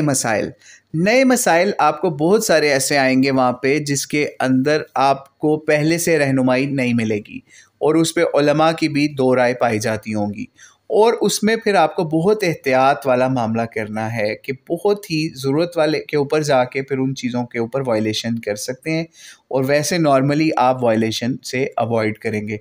فور ایگزامپل، ایک نیا مسئلہ وہاں پہ آپ کے سامنے آ جاتا ہے کہ وہاں سعودی گورنمنٹ کہتی ہے کہ جو مطاف ہے، یعنی نیچے والی منزل پہ خانہ کعبے کے پاس طواف کرنے والا ایریا جو ہے جس کو مطاف کہتے ہیں، وہاں پہ آپ بغیر احرام کے وہاں پہ آپ کو طواف نہیں کرنے دیتے، ٹھیک ہے. جیسے پچھلے دنوں ایسی پابندی تھی. تو اب آپ کیا کریں گے؟ کیا آپ اگر نفلی طواف کرنا چاہ رہے ہیں اور آپ کہہ رہے ہیں کہ ہم سے اوپر والی منزل پہ نہیں ہوتا، تو ہم نیچے کرنے کے لیے لوگوں نے کیا ہیلا نکال لیا کہ وہ احرام جو ہے وہ ظاہری جو سفید چادریں ہوتی ہیں وہ پہن کے چلے جاتے ہیں، اور ان کی نیت صرف نفلی طواف کی ہوتی ہے، عمرے کے لیے انہوں نے احرام نہیں باندھا ہوتا. تو اب آپ کیا کریں گے؟ بہت ہی خطرناک معاملہ ہے اس وقت. تو اس پہ علماء کی جو اکثریت ہے وہ اس چیز کے اوپر ہی ہے کہ آپ کسی کو دھوکہ دینے کے لیے احرام کی چادریں نہیں باندھیں گے، آپ وہاں پہ طواف اس طریقے سے نہیں کریں گے کہ آپ صرف اور صرف اپنی آسانی کے لیے نچلے پورشن کے اندر ہی کام کر رہے ہیں۔ تو اس کے اوپر پھر دوسری طرف بھی کچھ علماء ہیں جو خفیہ طور پہ فتوے دیتے ہیں، اگر کوئی ان سے سوال پوچھ لے کہ میرا جو ہے وہ آج آخری دن ہے اور میں طواف وداع کرنا چاہتا ہوں، اور میرے میں اتنی ہمت نہیں ہے کہ میں بہت بڑا طواف جو اوپر والی منزل کے اوپر ہے وہ کر سکوں، تو کیا اب میں ایسا ہیلہ کر سکتا ہوں کہ میں احرام کی ظاہری چادریں پہن کے طواف کر لوں؟ تو پھر علماء ان کی آسانی کے لیے ان کو کہتے ہیں کہ چونکہ یہ ایک ایسا معاملہ ہے جو انتظامی لحاظ سے انہوں نے کیا ہے، اگر آپ اس میں وائلیشن کرتے ہیں تو آپ کے لیے کوئی واضح گناہ کی دلیل نہیں کسی کے پاس، تو پھر آپ ایسا کر لیں مجبوری کی حالت میں، لیکن عام حالات میں آپ ایسا نہیں کریں گے کہ آپ نے نفلی طواف کرنا ہے اور آپ دھوکہ دے کے یہ کام کریں، لیکن آپ کے لیے مجبوری والا معاملہ ہے تو پھر آپ یہ معاملہ کر سکتے ہیں۔ تو اس لیے بڑی احتیاط کی ضرورت ہے اس حوالے سے۔ اور اسی طریقے سے نئے مسائل جو ہیں اس کے اندر آپ کو مثال ہے جوتی کے حوالے سے ایک معاملہ آ جاتا ہے، ٹھیک ہے، وہ جوتی کے حوالے سے یہ معاملہ آ جاتا ہے، اکثر لوگ یہ سمجھتے ہیں کہ ہم طواف کے اندر جو ہے جوتی نہیں پہن سکتے، تو آپ طواف کے اندر جوتی پہن سکتے ہیں، اور کیونکہ وہاں پہ اکثر جب اوپر والی منزل میں آپ طواف لمبا والا کریں گے تو وہاں پہ تو آپ کے لیے اگر آپ آسانی ہے تو آپ جوتی پہن لیں، یا ایک اسپیشل کچھ ایسے موزے ملتے ہیں جو کہ آپ جوتی کی جگہ پہ پہن سکتے ہیں، جس میں آپ کی سمجھ لیجیے پاؤں کا اوپر والا حصہ بھی اوپن رہتا ہے، صرف نیچے والا جوتی والا ایریا جو ہے وہ کور ہو جاتا ہے اور ٹخنے بھی آپ کے اوپن رہتے ہیں، تو ایسے موزے بھی آپ لے کے آپ جو ہے وہ طواف کر سکتے ہیں، ٹھیک ہے، یعنی آپ کے پاس جوتی نہیں ہے تو آپ پھر اس حوالے سے اس طرح بھی کر سکتے ہیں، ٹھیک ہے۔ پھر اسی طریقے سے اگر آپ کا وضو ٹوٹ جاتا ہے طواف کے دوران، آپ طواف جب سٹارٹ کریں کوشش کریں آپ باوضو ہوں، تو اس کے حوالے سے بھی دو رائے پائی جاتی ہیں کہ اگر آپ طواف کر رہے ہیں اور وضو ٹوٹ جائے تو کیا آپ وضو کرنے جائیں گے یا ایسے کنٹینیو کر لیں گے؟ تو کوشش یہی کریں کہ آپ جو ہے اپنا وضو برقرار رکھیں، زیادہ کھا پی کے نہ جائیں تو آپ کا مطلب نارمل کھایا ہو تو آپ کا وضو برقرار رہتا ہے، لیکن اگر آپ کا وضو ٹوٹ جائے اور آپ رش میں ہیں تو آپ پھر وضو کرنے نہ جائیں۔ لیکن اگر آپ کا یہ معاملہ آتا ہے کہ اب آپ کا طواف ہو گیا کمپلیٹ اور اب آپ نے جو ہے دو نوافل ادا کرنے ہیں، دو نفل ادا کرنے ہیں مقام ابراہیم والے، اس کے لیے پھر آپ کو وضو کرنا لازمی ہو جائے گا، ٹھیک ہے۔ تو اس لیے بہتر افضل یہی ہے کہ آپ طواف کے لیے وضو رکھیں، لیکن اگر ٹوٹ جاتا ہے تو پھر آپ کے لیے ایک اور معاملہ بھی ہے کہ وہاں پہ کسی ایسی جگہ پہ جائیں پیچھے جہاں پہ، کیونکہ ویسے نارملی اندر وضو کے لیے جگہ مشکل سے ملتی ہے، اگر آپ کو نہ ملے تو آپ ایسا کریں کہ وضو کے لیے آپ زمزم کا پانی استعمال کر سکتے ہیں۔ یہ بھی ایک نیا مسئلوں میں سے ایک مسئلہ ہے کہ زمزم کے پانی سے کیا وضو کر سکتے ہیں نہیں کر سکتے، تو آپ زمزم کے پانی سے وضو کر لیں، لیکن آپ جو تین دفعہ اپنے آزاد ہوتے ہیں اس کی بجائے ایک دفعہ اپنا جو بھی اعضاء ہیں ان کو دھوئیں، ٹھیک ہے، اور اس طریقے سے آپ وضو کر لیں، پانی زمزم کا لیں اور وہاں پہ جو ڈسٹ بنز بنی ہوتی ہیں اس کے پاس جائیں، ایک بندے سے کہیں کہ وہ آپ کا وضو کروا دے، ٹھیک ہے، اور وہ اس طریقے سے آپ وضو کر سکتے ہیں۔ اور خواتین اگر اس طرح سے وضو کرنا چاہیں تو ان کے لیے انہوں نے جو اوپر سر کے اوپر کور ہوگا، چادر ہوگی، وہ اس کے اوپر سے ہی مسح کریں گی، ٹھیک ہے۔ اکثر خواتین کیا کرتی ہیں وہاں پہ اپنے بال کھول کے تو وضو کر رہی ہوتی ہیں، یہ چیز غلط ہے، یا اپنے چادر اٹھا کے نیچے سے ہاتھ ڈال کے وضو کرنا شروع کر دیں، یہ بھی چیز غلط ہے، ٹھیک ہے۔ تو اس لیے آپ کا مسح جو ہے وہ آپ کے لیے عورتوں کے لیے کافی ہوگا، اور اگر عورتوں نے جو ہے جرابیں بھی پہنی ہوئی ہیں تو ان کے اوپر بھی وہ مسح کر سکتی ہیں، اور اگر جوتی پہنی ہوئی ہے اس کے اوپر بھی مسح کر سکتی ہیں۔ تو اس لیے زمزم کی احتیاط یہ ضرور کریں کہ ایک جو ہے نا سمجھ لیجئے دفعہ اپنے اعضاء کو دھوئیں، اور ساتھ ایک کام اور بھی کریں کہ پانی بہت احتیاط سے استعمال کریں، ٹھیک ہے۔ اسی طریقے سے صفا مروہ پہ بھی یہی معاملہ ہے، افضل یا بہتر یہی ہے کہ وہاں پہ وضو کے ساتھ ہی جائیں، کیونکہ آپ نے اللہ تعالیٰ سے باتیں کرنی ہے، اللہ تعالیٰ کا ذکر کرنا ہے، تو بہتر یہ ہے جسم زبان باوضو ہو، ٹھیک ہے۔ لیکن اگر نہیں ہے تو صفا مروہ بھی بغیر وضو کے بھی آپ کر سکتے ہیں، ٹھیک ہے۔ لیکن رستے میں وہاں پہ بھی صفا مروہ کے اوپر وضو کے لیے آپ کے لیے زمزم کی جگہ آ جاتی ہے، تو وہاں سے بھی اپنا شارٹ وضو جو ہے وہ اس کو آپ سر انجام دے سکتے ہیں۔ یعنی آپ یہ سوچئے کہ وہ جو چھوٹے کپس ہوتے ہیں نا وہاں زمزم کے،